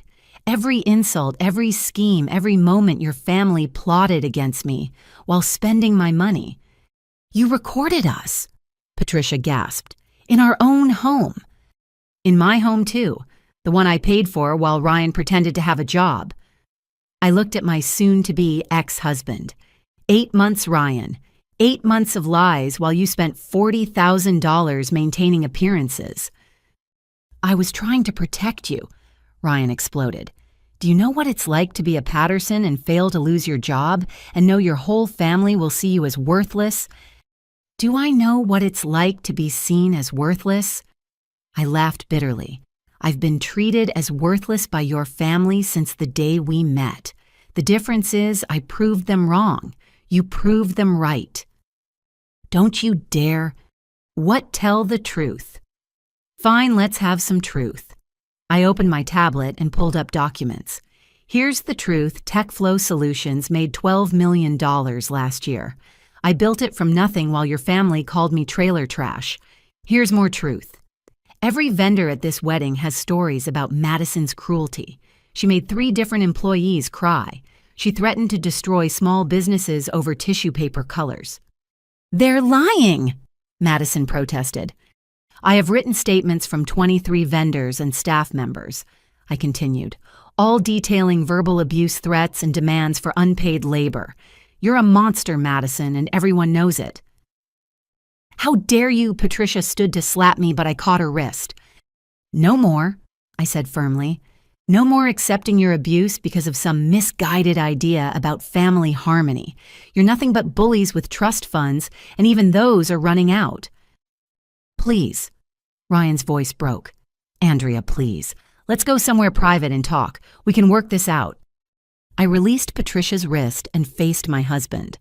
"What's there to work out? You were planning to divorce me and take half my company." "That was just insurance. Dad made me—" "You don't understand the pressure." "I understand perfectly. You chose your family over your wife. You chose their approval over my dignity. You chose maintaining a lie over admitting truth." "But I love you." "No," I said quietly. "You loved what I could do for you. Pay your bills. Cover your lies. Take your family's abuse so you didn't have to. That's not love, Ryan. That's exploitation." Derek, who'd been silent until now, finally spoke. "Madison, is it true? Did you really treat the vendors that way?" "They're exaggerating," she said quickly. "You know how sensitive service people can be." "Service people." Derek stared at his new wife. "Did you really just say that?" "What's wrong with—" "My mother was a service person before she married my father," Derek said coldly. "She worked 2 jobs to put herself through college. Dad fell in love with her work ethic, not her bloodline." "That's different." Madison stammered. She married up. She improved herself. By whose standards? Derek pulled off his wedding ring and set it on the table.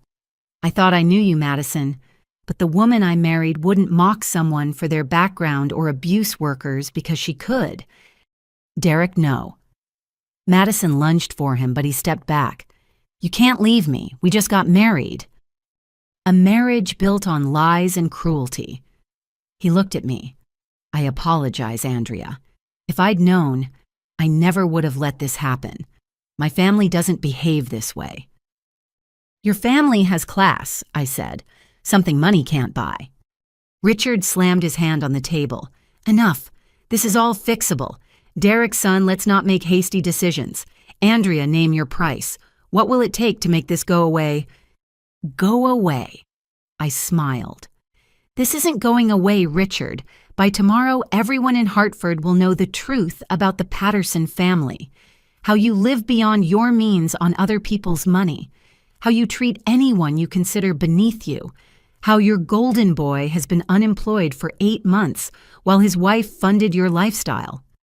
You wouldn't dare go public, Patricia hissed. I don't have to. Madison's wedding guests are already posting about it. Wedding of the year turns into disaster. Society bride's reception canceled by sister-in-law. Patterson family secrets exposed. The internet moves fast.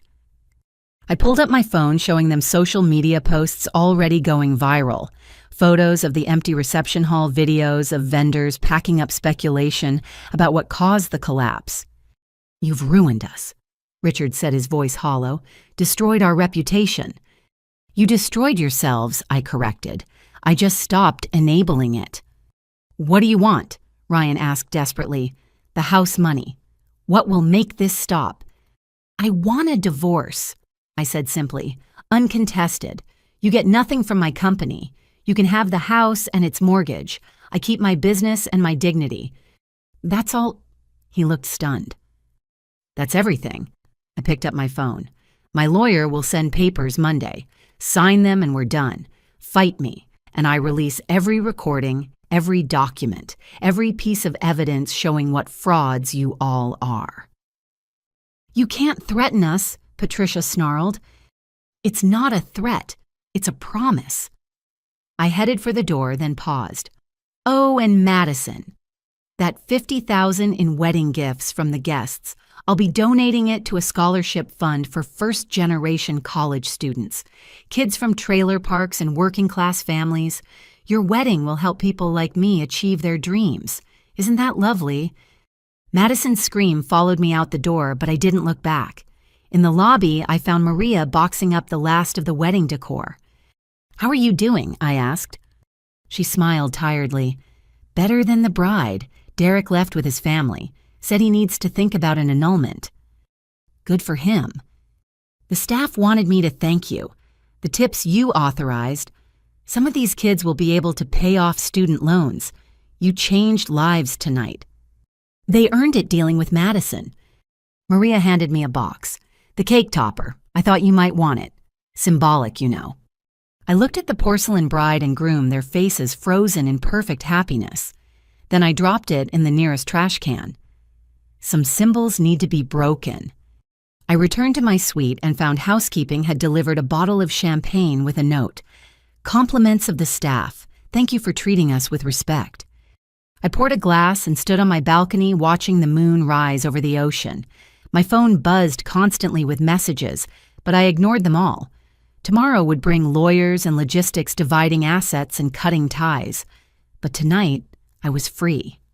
The Patterson family had spent years telling me I wasn't good enough, that my blood, my background, my very existence was less than theirs.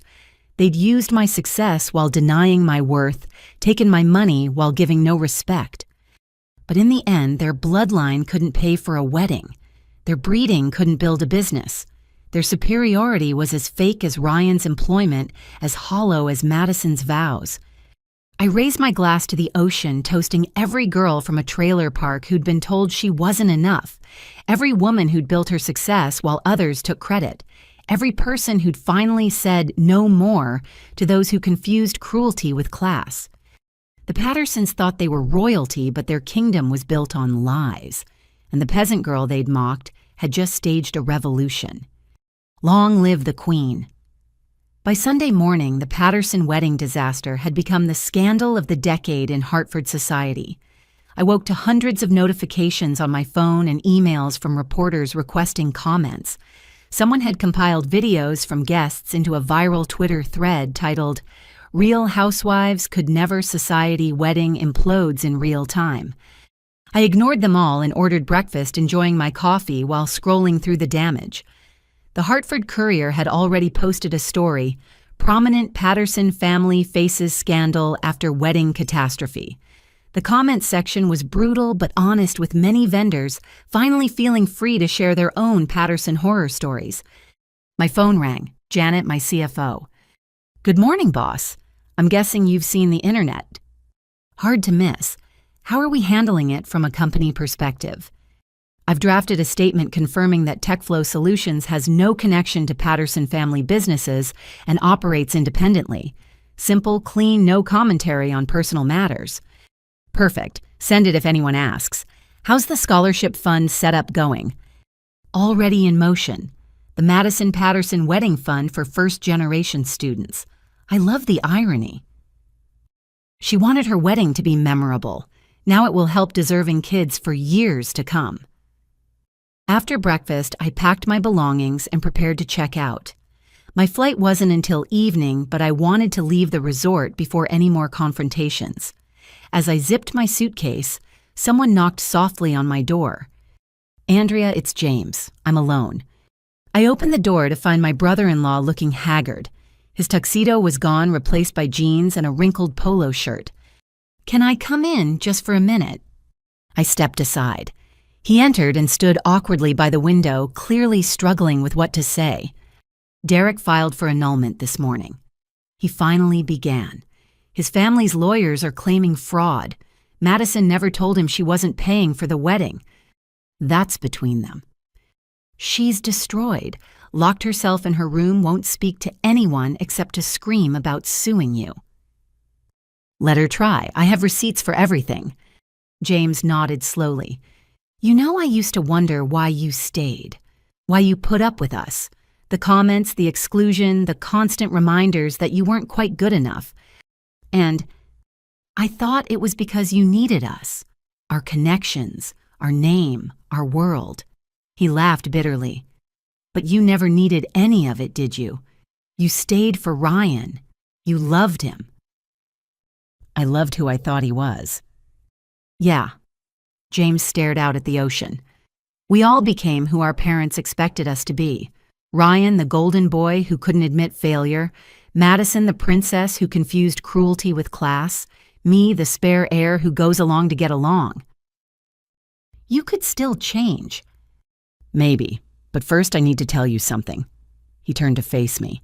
"Last year, when you won that government contract, Dad tried to sabotage it.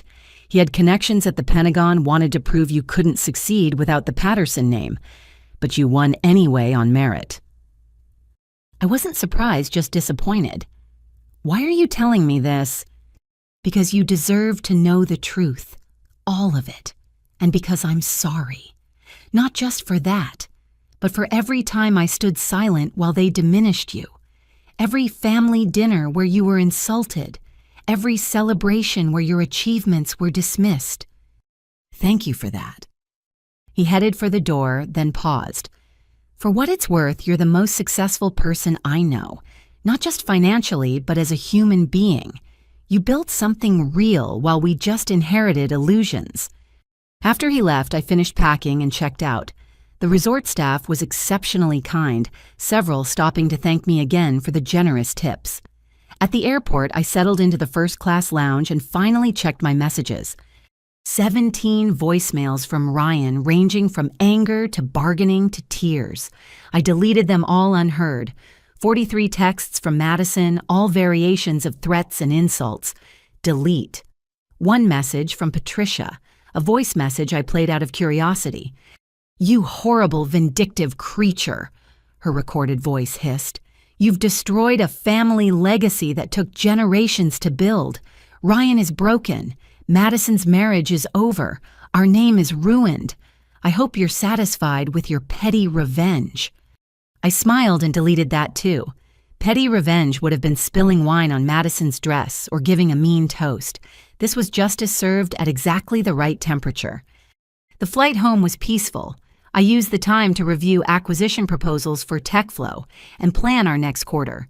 By the time we landed in Hartford, I'd approved 2 new hires and sketched out an expansion plan that would double our revenue within 18 months. Sarah met me at my house, which already felt more like a property than a home. "The divorce papers are ready. I've already sent copies to Ryan's lawyer." "Any response?" His attorney seemed relieved, actually. Apparently, Ryan tried to hire him to fight for half your company, but once the lawyer saw the evidence, he advised accepting your terms. "Smart man." "The house?" "He can have it. I've already found a penthouse downtown. Closer to the office, better security, and no memories of the Pattersons." We spent the evening organizing documents and planning next steps. By the time Sarah left, everything was in motion. The marriage that had defined 5 years of my life would be over within months. That night, I sat in my soon-to-be former home, surrounded by boxes and possibilities. My phone rang one last time, a number I didn't recognize. "Andrea. This is Susan Chen, the florist." "Susan, how are you?" "Wonderful, actually. I wanted to thank you again for your kindness, and to tell you that 3 other florists who've dealt with the Pattersons reached out today. We're starting an informal network sharing information about difficult clients. No one will be caught off guard again." "That's brilliant. It was inspired by you, standing up to bullies supporting each other. You changed more than just your own life this weekend." After we hung up, I poured a glass of wine and made a list, not of things to do, but of things I'd learned. Love couldn't overcome fundamental differences in values. Kindness wasn't weakness, but cruelty disguised as strength was. Money revealed character, it didn't create it. And sometimes the best revenge wasn't living well, but simply living truthfully. The Pattersons had taught me one valuable lesson: knowing your worth wasn't about bloodlines or bank accounts. It was about building something real, treating people with respect, and refusing to shrink yourself to fit someone else's narrow definition of acceptable. Tomorrow I'd wake up in a house that wasn't really mine, preparing to leave a life that had never quite fit. But I'd also wake up as myself, fully and unapologetically. No more apologizing for my background. No more dimming my success. No more accepting less than I deserved. The trailer park girl had grown up to be a CEO, and she was just getting started. Monday morning arrived with a media storm. The Hartford business community was buzzing with the Patterson scandal, and my phone hadn't stopped ringing since dawn. I let everything go to voicemail and focused on getting to my office early. TechFlow Solutions occupied the top 3 floors of a downtown high-rise, a far cry from the garage, where I'd started coding. My team was already assembled when I arrived, their faces showing a mixture of concern and curiosity. "All right," I addressed the conference room. "I know you've all seen the news. My personal life has become unfortunately public, but I want to assure everyone that TechFlow remains strong, independent, and unaffected by the Patterson family drama." "Are we facing any blowback?" asked David, my head of sales. "Actually," Janet interjected, "we've received 3 new partnership inquiries this morning. Apparently standing up to bullies is good for business." I smiled. "Then let's focus on what we do best, building great software and treating people with respect. The rest is just noise." After the meeting, I retreated to my office to find my assistant Marcus fielding calls with practiced ease. "No, Mrs. Patterson is not available for interviews. Yes, TechFlow Solutions remains committed to all contracts. No, we have no comment on personal matters." He hung up and turned to me. "That's the 20th reporter today." "You're doing great, Marcus. Keep stonewalling them." "Your lawyer is in your office. She said it was urgent." I found Sarah pacing by my windows, her usually calm demeanor replaced with barely contained excitement. "What's wrong?" I asked. "Nothing's wrong. Everything's actually going very right." She handed me a document. Ryan signed the divorce papers. All of them. No contest, no negotiations, No counter-proposals. I sank into my chair, staring at the signatures. That was fast. It gets better, or worse, depending on your perspective. She pulled out her phone. The Patterson family holdings are in free fall. 3 major clients pulled out of Richard's firm this morning. The country club is reviewing their membership. And Madison... What about Madison? Derek's family issued a statement. The marriage was annulled on grounds of fraud. Apparently, Madison told Derek that she was independently wealthy, that the wedding was her gift to their families. He's suing for emotional distress. He won't win that. No, but the publicity is devastating. Madison's been dropped from every charity board in Hartford. The Junior League actually issued a statement distancing themselves from her values and behavior. I should have felt triumphant, but mostly I just felt tired. What about Ryan? Sarah's expression softened. He's moved back with his parents. His father had to rehire him at the family firm, but at an entry-level position. His credit is destroyed, and the house is in foreclosure proceedings. Already it's been 2 days. Apparently he hadn't made a mortgage payment in 6 months. He was using your money for everything else but forgot the actual bills. I laughed despite myself. Of course he did. There's one more thing. Sarah pulled out an envelope. This came to my office this morning, from Ryan. I recognized his handwriting immediately. Part of me wanted to throw it away unread, but curiosity won. I opened it carefully. Andrea, I know I have no right to ask for your time, but I need you to know some things. Not excuses, just truth. You were right about everything. I lost myself trying to be what my family expected. I was weak choosing their approval over your love. I let them treat you terribly because I was terrified of being cast out like you were. But you were never cast out, were you? You were free. You built an empire while I built nothing but lies. You earned respect while I inherited contempt. You loved me despite my family, and I betrayed you because of them. I'm not asking for forgiveness. I don't deserve it. But I want you to know that the man you married in that little courthouse chapel 5 years ago, he did exist. He loved you completely. He just wasn't strong enough to survive the pressure of being a Patterson. You are the strongest person I've ever known. Not because you endured our cruelty, but because you never let it change who you are. You're still that brilliant, kind, ambitious girl from Nebraska. Money didn't make you better. It just revealed who you always were. I'm in therapy now. Real therapy, not the kind my mother approves of. I'm trying to figure out who I am without the Patterson name, without the expectations, without the lies. It's terrifying and necessary. Thank you for the house, though I'm selling it. Thank you for not destroying me completely, though you had every right. Thank you for 5 years of love I didn't deserve and couldn't protect. I hope you find someone worthy of you. Someone who sees your success as inspiring, not threatening. Someone who knows that trailer parks can produce queens and mansions can produce cowards. Be happy, Andrea. You've earned it 1,000 times over. Ryan. I read it twice, then handed it to Sarah. What do you think? She scanned it quickly. I think therapy is 20 years too late, but at least he's trying. Yeah. I folded the letter and tucked it away. At least he's trying. The rest of the morning was a whirlwind of meetings and damage control. By lunch, the media requests had shifted from scandal-seeking to genuine interest in my business success. Forbes wanted a profile on self-made female CEOs. The Wall Street Journal was interested in our government contracts. Tech Weekly wanted to feature our innovative coding programs for underprivileged youth. You're becoming the face of entrepreneurial success, Marcus said, bringing me lunch. The ultimate American dream story.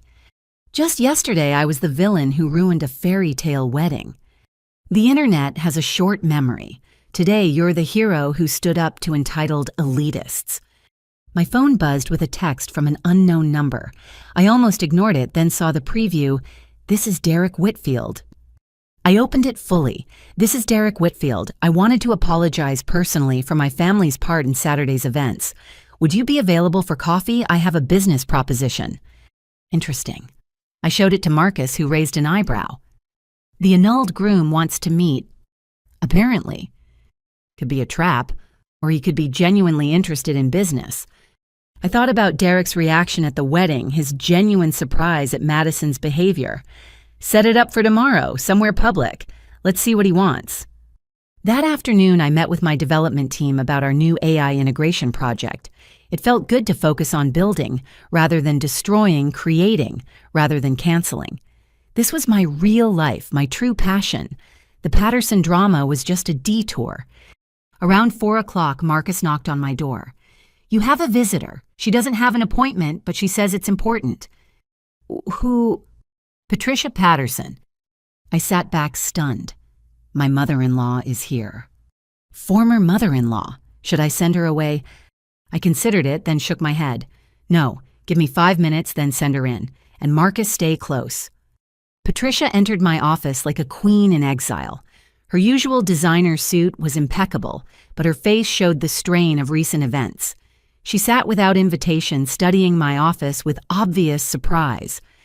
"It's very impressive," she admitted grudgingly. "What do you want, Patricia?" She flinched at my directness. "I suppose I deserve that. I came to propose a truce." "A truce? We're not at war. I'm just done being your victim." "You've destroyed my family," she said quietly. "My daughter's marriage, my son's future, my husband's business. Was your revenge worth it?" "I didn't destroy anything. I simply stopped paying for your illusions. If your family collapsed without my money, what does that say about your foundation?" She was quiet for a long moment. "Richard is leaving me." "What?" "He blames me for pushing Ryan to marry well, for encouraging Madison's behavior, for creating what he calls a toxic environment of superiority." She laughed bitterly. 40 years of marriage, and he's running to his mistress in Boston. "I'm sorry," I said, surprised to find I meant it. I tormented you for 5 years. Belittled you, excluded you, made you feel worthless. Yes, you did. But I don't take pleasure in anyone's pain, not even yours. She studied me with something like wonder. "You mean that? God, you actually mean that?" She pulled out a handkerchief and dabbed at her eyes. "I came here to beg.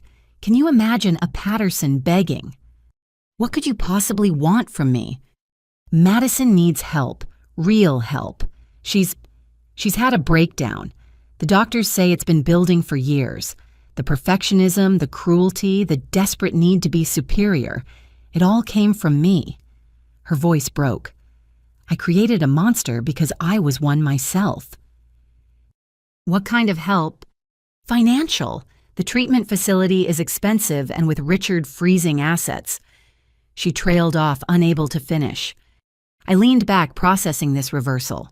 Patricia Patterson, who'd spent years telling me I wasn't good enough, was asking for my charity. "I'll pay for Madison's treatment," I said finally. "Not for you, not for her, but because mental health matters. But there are conditions." "Anything." She writes apology letters to every vendor she abused. Real apologies, acknowledging specific actions.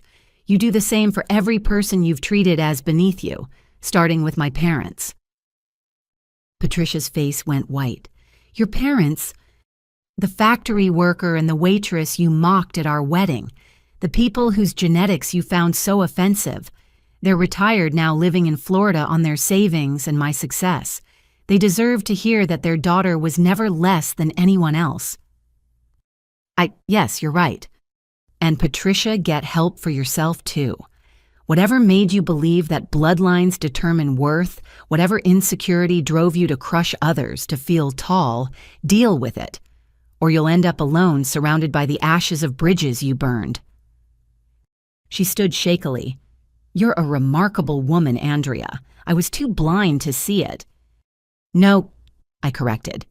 "You saw it. That's why you worked so hard to diminish me. You knew I was everything you claimed to value: successful, intelligent, determined. But I achieved it without your advantages, and that terrified you." She nodded slowly, understanding dawning. "You're right. God help me, you're right about everything." After she left, I sat alone in my office watching the sun set over Hartford.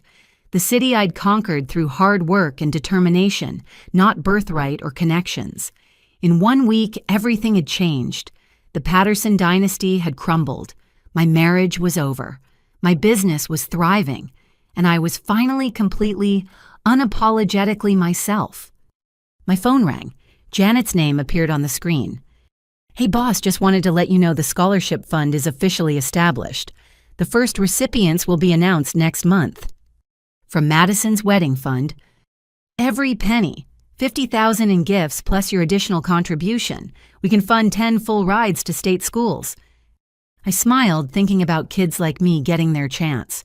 Make sure one of them is from Nebraska. "Already on it. Oh, and Andrea, the team wanted me to tell you something." "What's that?" "We're proud of you. Not for the business success, but for standing up for yourself. For all of us who've ever been made to feel small." After the call, I gathered my things and headed home. Tomorrow would bring new challenges, new opportunities, new paths to explore. But tonight I'd celebrate quietly. Not the destruction of the Pattersons, but the construction of my own life on my own terms. The trailer park girl had become a queen, and her reign was just beginning. 6 months had passed since the wedding disaster, and Hartford society had found new scandals to whisper about. The Patterson name still carried weight, but it was the weight of cautionary tales rather than respect. I'd settled into my new penthouse, my divorce was finalized, and TechFlow Solutions had landed 3 major contracts that would have been impossible when I was just Ryan Patterson's inappropriate wife. The meeting with Derek Whitfield had led to an unexpected partnership. His family's investment firm needed tech modernization, and my company needed East Coast establishment connections. It was purely business, but it worked. Derek had learned hard lessons about due diligence in both love and commerce.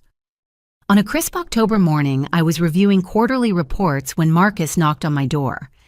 "Your 10 o'clock is here, Madison Patterson." I looked up, surprised. After 6 months of intensive therapy, Madison had requested a meeting. I'd been funding her treatment as promised, receiving monthly progress reports, but no direct contact. "Send her in." The woman who entered my office bore little resemblance to the entitled princess from the wedding. Madison had lost the sharp edges both physically and emotionally. Her designer clothes were replaced with simple, elegant pieces. Her makeup was minimal. Most surprisingly, her eyes held something I'd never seen before: humility. "Thank you for seeing me," she said quietly, "and for everything." I gestured to a chair. "How are you doing?" "Better. Different. Dr. Reeves says I'm making progress, but I have a long way to go." She folded her hands in her lap. "I came to apologize. Really apologize, not just because my therapist suggested it." "I'm listening." "I was cruel to you, systematically, deliberately cruel. I treated you as less than human because I was terrified of anyone seeing me as less than perfect." She took a shaky breath. "The trailer park comments, the exclusion, the constant reminders that you didn't belong. I'm ashamed of every word." "Why did you do it?" She was quiet for a moment. "Because you had something I couldn't buy or inherit. You built your success. You earned your place. Every time I looked at you, I saw evidence that everything I'd been taught about superiority was a lie. So I tried to tear you down to build myself up. And now I'm 28 years old with no skills, no real relationships, and no idea who I am without my family name." She looked at me directly. "But I'm learning. I'm volunteering at a women's shelter, the one you donate to. I'm taking online courses in nonprofit management. I'm trying to build something real for the first time in my life." "That's good, Madison, really. I have something for you." She pulled out a folder. Apology letters to every vendor from the wedding. I tracked them all down, met with most in person. Susan Chen, the florist. She's teaching me ikebana. Says it helps with patience and humility. I flipped through the letters, seeing genuine remorse in her careful words. This must have been hard. The hardest thing I've ever done. Harder than losing Derek. Harder than watching my family fall apart. But necessary. She paused. I also wrote to your parents. Sent it last week. I don't know if they'll read it, but I needed them to know how wrong I was. My phone buzzed with a text from my mother. Just got the strangest letter from that Patterson girl. Hell must have frozen over. She actually sounds sorry. You okay, honey? I showed Madison the text and she managed a small smile. Your mom seems nice. She is. She also makes the best pot roast in Nebraska and can stretch $1 further than anyone I know. Skills that matter more than bloodlines. I know that now. Madison stood to leave. I won't take more of your time. I just needed to say this in person. Thank you for paying for my treatment. Thank you for holding me accountable. Thank you for showing me what real strength looks like. After she left, I sat thinking about transformation and redemption. Madison would never be a friend, but maybe she could become a decent person. It was a start. The rest of the day passed in a blur of meetings and decisions. At 5, I was preparing to leave when Marcus appeared with an envelope. This just arrived by courier, no return address. Inside was a single photograph, the courthouse steps where Ryan and I had married 5 years ago.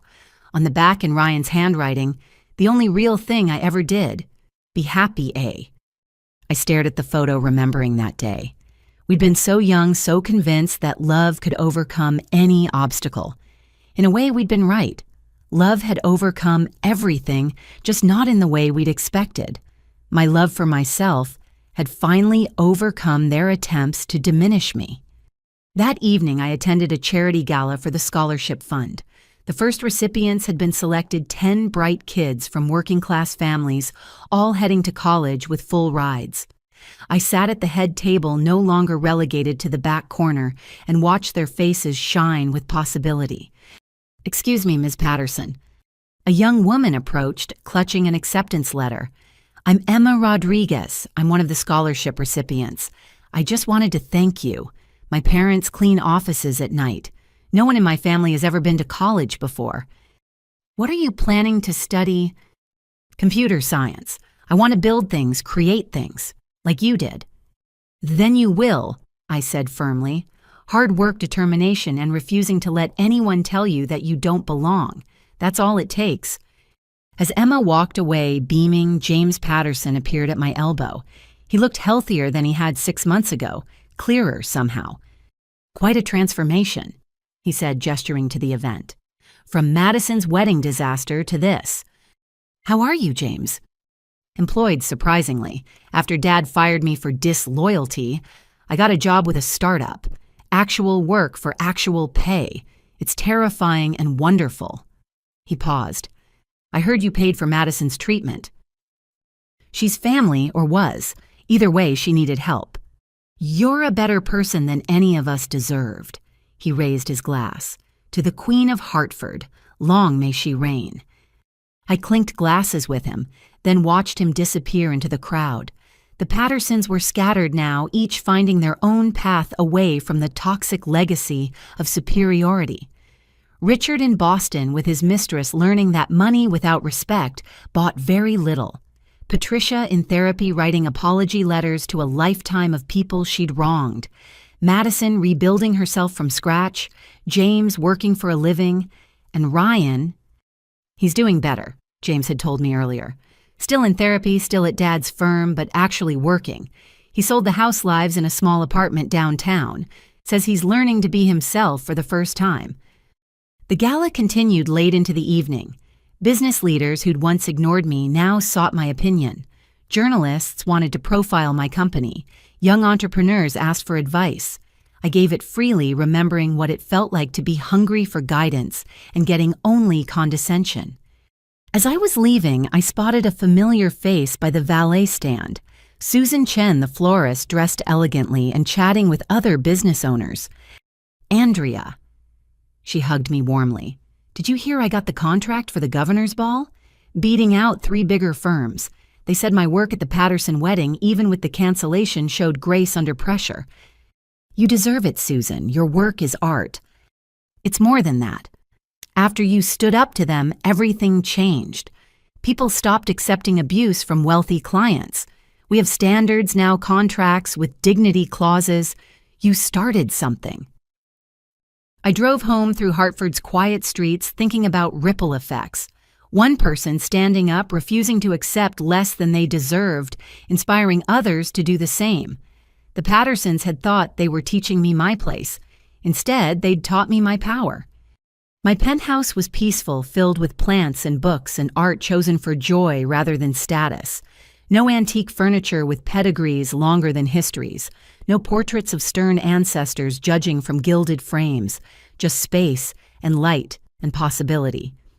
I poured a glass of wine and stood on my balcony looking out over the city lights. Somewhere out there, Ryan was in his small apartment learning to live without pretense. Madison was studying building skills rather than walls. Patricia was writing apologies, one painful letter at a time. Richard was discovering that mistresses became less interesting when you had to live with them full time. And somewhere in Nebraska, a girl in a trailer park was dreaming of bigger things, not knowing yet that she could achieve them. Maybe she'd apply for the scholarship next year. Maybe she'd build the next great company. Maybe she'd change the world. I raised my glass to her, to all of them, to everyone who'd been told they weren't enough. We were more than enough. We were everything. The stars were bright above Hartford, and for the first time in years, I felt truly free. Not free from the Pattersons, but free to be myself. The girl from the trailer park, the woman who built an empire, the queen who knew her worth. Tomorrow would bring new challenges, new opportunities, new chances to lift others as I climbed. But tonight, I simply stood in my hard-won peace, grateful for every struggle that had brought me here. The fairy tale was over. Real life was so much better. 2 years after the Patterson wedding implosion, my life had transformed in ways I never could have imagined. TechFlow Solutions had gone public, making me officially a multimillionaire at 34. The IPO had been covered by every major financial publication, with my story of overcoming adversity resonating far beyond Hartford. On a warm September morning, I stood before a crowd at the University of Connecticut, delivering the keynote address for their Women in Technology Symposium. Looking out at the eager faces, I saw myself at 22 hungry for knowledge and acceptance. Success isn't about where you come from, I told them. It's about where you're determined to go. 2 years ago, I was told I didn't belong at a family wedding because my blood wasn't good enough. Today, I employ 300 people, and our innovations help millions. The only bloodline that matters is the one that carries determination through your veins. After my speech, I met with scholarship recipients, including Emma Rodriguez, now a sophomore thriving in her computer science program. She showed me an app she was developing to help first-generation students navigate college bureaucracy. "You inspired me," she said shyly, "to build something that matters." "You inspired yourself. I just paid the tuition." That afternoon, I had a meeting I'd been both anticipating and dreading. Marcus Hawthorne, CEO of a Seattle-based tech giant, had been courting both my company and me personally for months.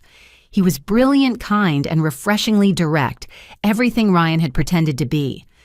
"So," Marcus said over lunch at a quiet restaurant, "have you given more thought to the merger?"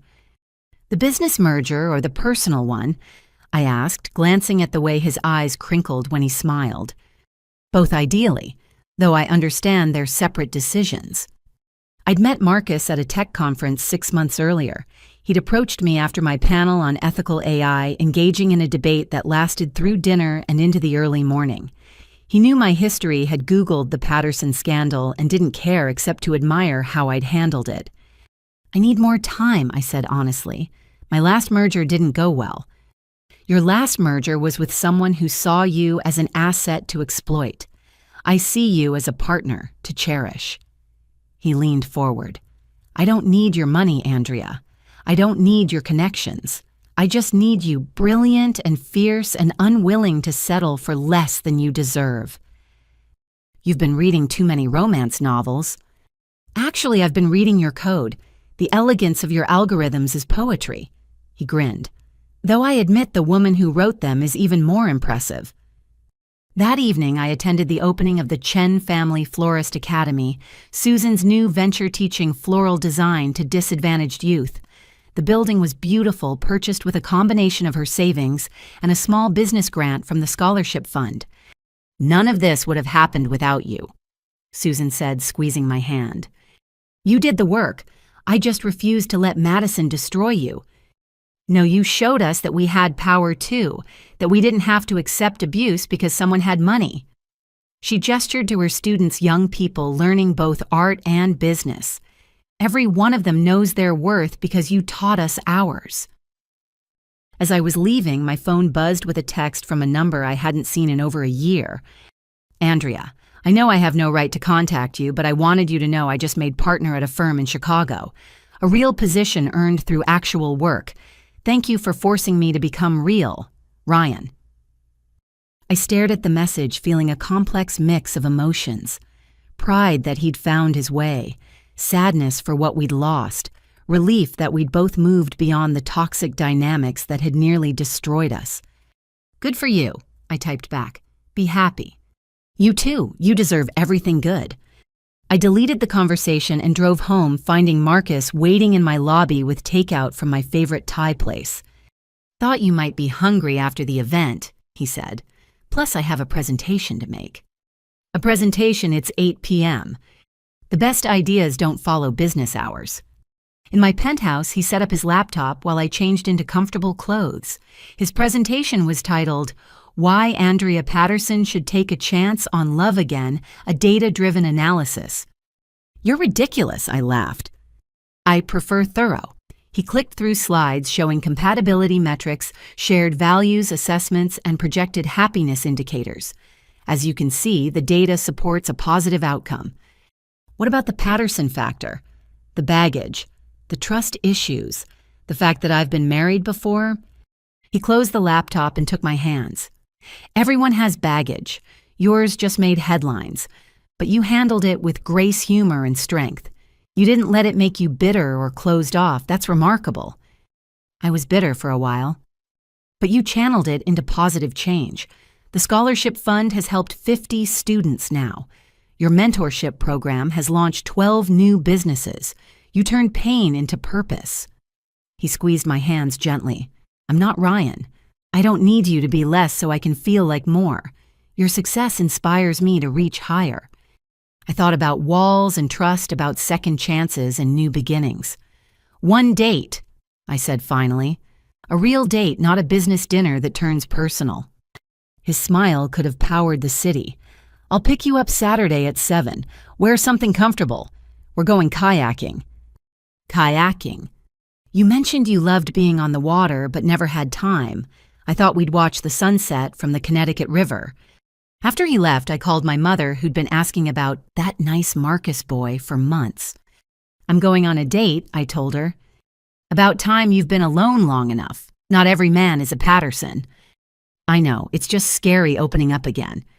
"Honey, you faced down an entire family of bullies at a society wedding. A nice man who treats you well should be easy compared to that." She was right as usual. I'd conquered corporate boardrooms and social hierarchies. Maybe it was time to conquer my fear of vulnerability, too. Saturday arrived with perfect weather. Marcus showed up exactly at 7, wearing jeans and a fleece jacket, looking nothing like the CEO who commanded board meetings. We drove to the river in his truck, talking about everything except business. "I have to ask," I said as he unloaded the kayaks. "No assistant to handle this. No fancy yacht." "I grew up in Oregon," he said. "My dad was a park ranger. Some of my best memories are on rivers like this, just paddling and talking. Thought you might like the simplicity after all the Patterson productions." We spent the evening on the water watching herons fish and the sun paint the sky in impossible colors. Marcus told stories about his childhood, his struggles building his company, his disaster of a marriage to a woman who'd loved his potential wealth more than him. "We have that in common," I said, trailing my hand in the water. "Choosing people who saw us as opportunities rather than partners. Maybe that makes us perfect for each other. We know what real looks like now."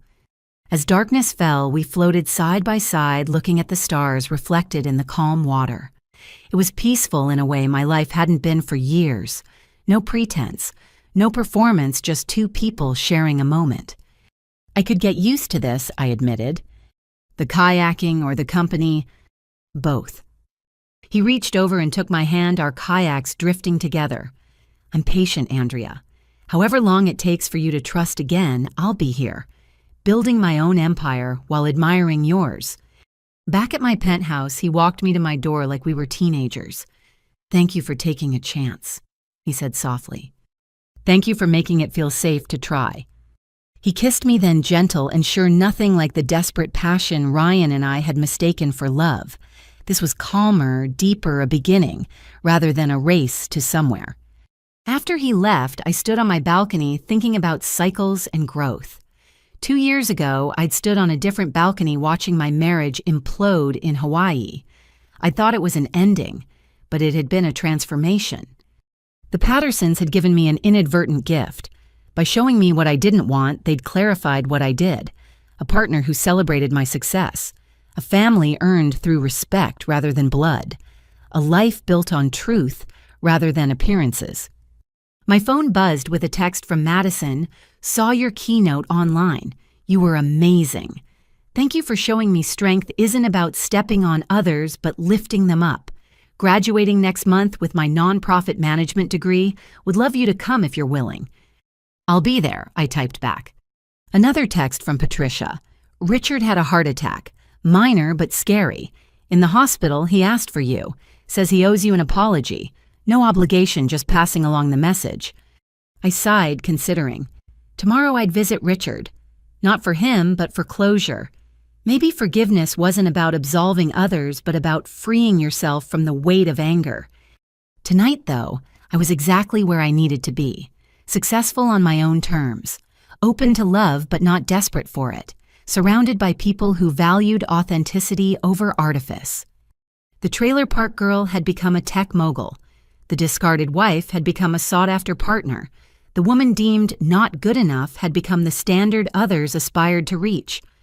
But most importantly, I'd become myself, fully unapologetically, joyfully myself.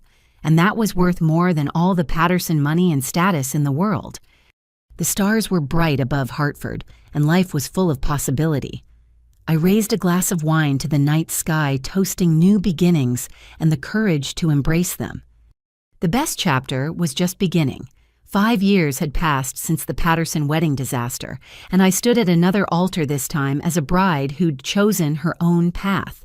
The venue wasn't a Hawaiian resort, but a Connecticut nature preserve with wildflowers instead of imported orchids, and only 50 guests instead of 200 strangers. Marcus waited for me under an oak tree, his smile warm and genuine. No pretense, no performance, just two people who'd built something real together. Emma Rodriguez stood as my maid of honor, having graduated summa cum laude and joined TechFlow as our youngest senior developer. Susan Chen had done the flowers, creating beauty from local blooms that cost a fraction of Madison's exotic arrangements, but held twice the meaning. You look radiant, my mother whispered, adjusting my simple silk dress. And happy, really happy. I am Mom. For the first time in my life, I know exactly who I am and what I want. The ceremony was brief and personal, officiated by a friend who knew our real story, not a stranger performing for show. Marcus and I had written vows that spoke of partnership and growth, of supporting each other's dreams rather than competing for spotlight. I promise to celebrate your victories as my own, Marcus said, and to remind you of your strength when you forget it yourself. I promise to build beside you, not behind you, I replied, and to choose honesty over comfort always. As we kissed, sealing a union based on truth rather than facade, I caught sight of unexpected faces in the small crowd. James Patterson sat with his wife and new baby, having built his own life away from toxic expectations. Madison was there too, now running a successful nonprofit that helped women escape abusive relationships. She'd sent a note with her RSVP. Thank you for showing me that real power comes from lifting others. Best wishes on your true fairy tale. The reception was held in a renovated barn decorated with lights and laughter rather than crystal and pretense. Instead of assigned seating that reinforced hierarchies, we'd arranged round tables where CEOs sat beside students, where my parents shared stories with Marcus's family, where everyone belonged equally. No seating chart drama this time, Susan teased as she helped me bustle my dress. Everyone has a seat at our table, I said simply. That's the only rule that matters. During toasts, Emma stood nervously clutching her champagne glass. 5 years ago, I was a kid from the Bronx who thought college was for other people. Then Andrea Patterson created a scholarship from the ashes of a disaster, turning pain into possibility. She didn't just pay my tuition, she showed me that success isn't about where you come from, but where you're determined to go. Marcus's business partner spoke next, joking about how their merger negotiations had turned into something else entirely. I've never seen someone negotiate harder than Andrea. She wanted equity, transparency, and shared decision-making. I told Marcus he'd better offer the same terms in marriage. My father, who'd flown in from Florida with hands still rough from decades of factory work, stood slowly. My daughter was told she wasn't good enough because her daddy worked with his hands and her mama served coffee. But we taught her that honest work beats inherited wealth every time. Today she employs hundreds and helps thousands. That's our bloodline determination, kindness, and never forgetting where you came from. The evening flowed with genuine joy rather than orchestrated perfection. The band played requests from everyone, not just a pre-approved list. The food was excellent but unfussy, served family style to encourage conversation. Children ran between tables while business deals were sketched on napkins, and new friendships formed over shared wine. Different from your first wedding? Marcus asked as we danced the Connecticut stars visible through the barn's open doors. Everything's different. I'm different. That girl who married Ryan was so desperate to belong that she lost herself trying to fit in. This woman knows she belongs anywhere she chooses to stand. Any regrets? I thought about it seriously. No. Every humiliation, every slight, every moment of pain led me here. The Pattersons taught me what I didn't want to be. Their cruelty clarified my values. Their rejection freed me to build my own life. That's remarkably generous. It's practical. Bitterness is weight I don't need to carry. They're living their consequences. I'm living my dreams. As if summoned by the conversation, my phone buzzed with a message I'd share with Marcus later. Ryan had sent a simple text. Saw the announcement in the Times. Be happy, A. You deserve it all.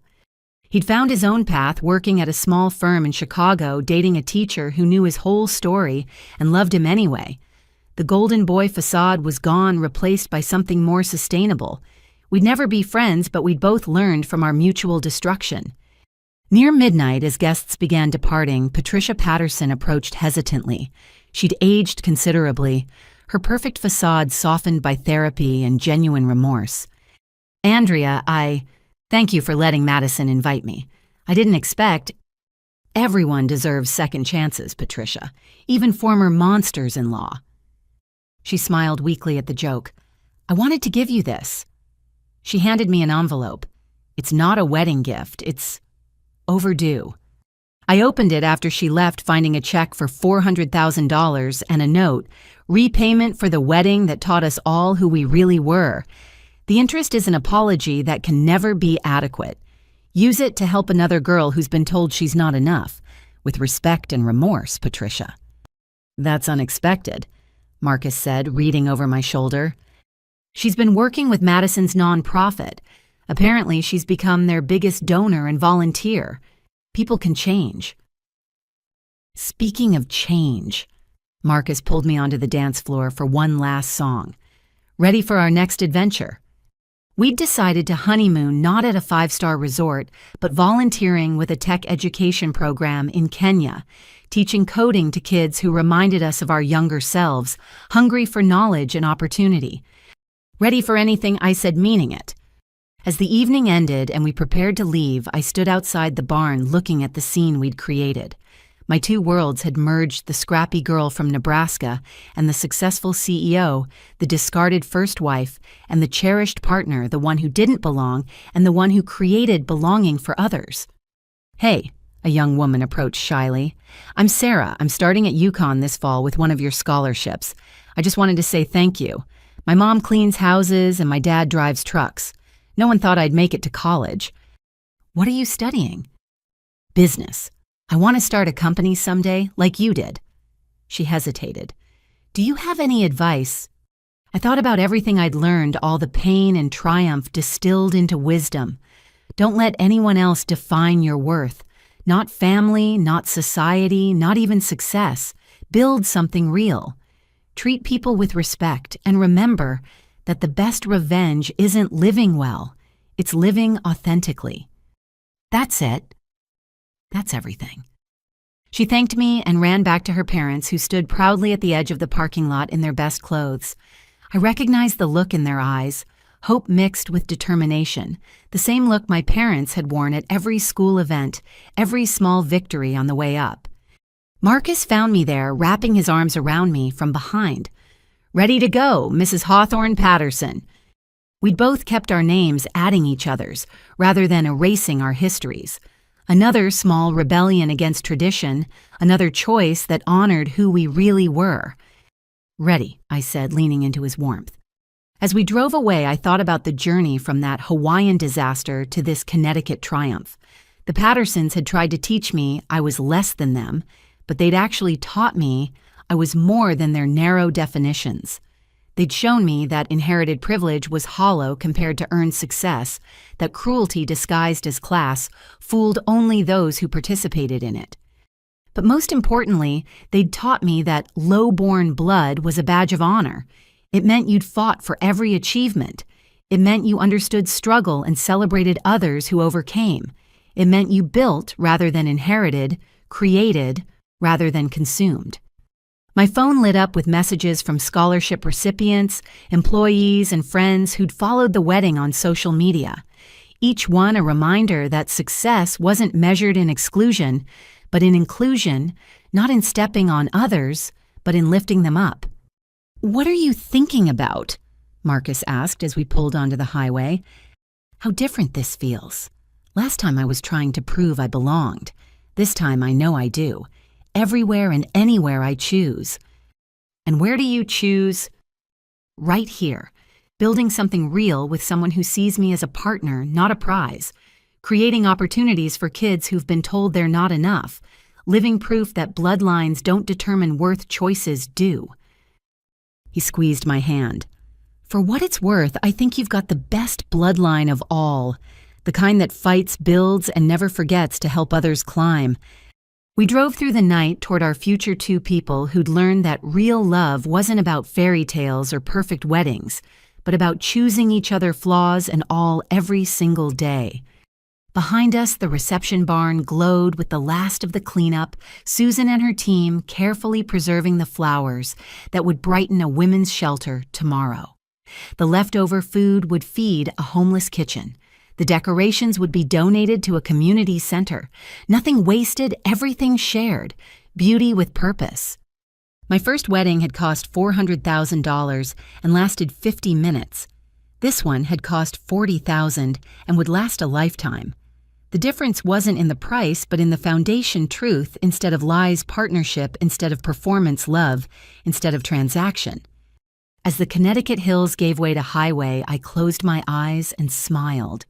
The girl from the trailer park had won, not by becoming what the Pattersons wanted, but by remaining who she'd always been: determined, kind, and absolutely certain of her own worth.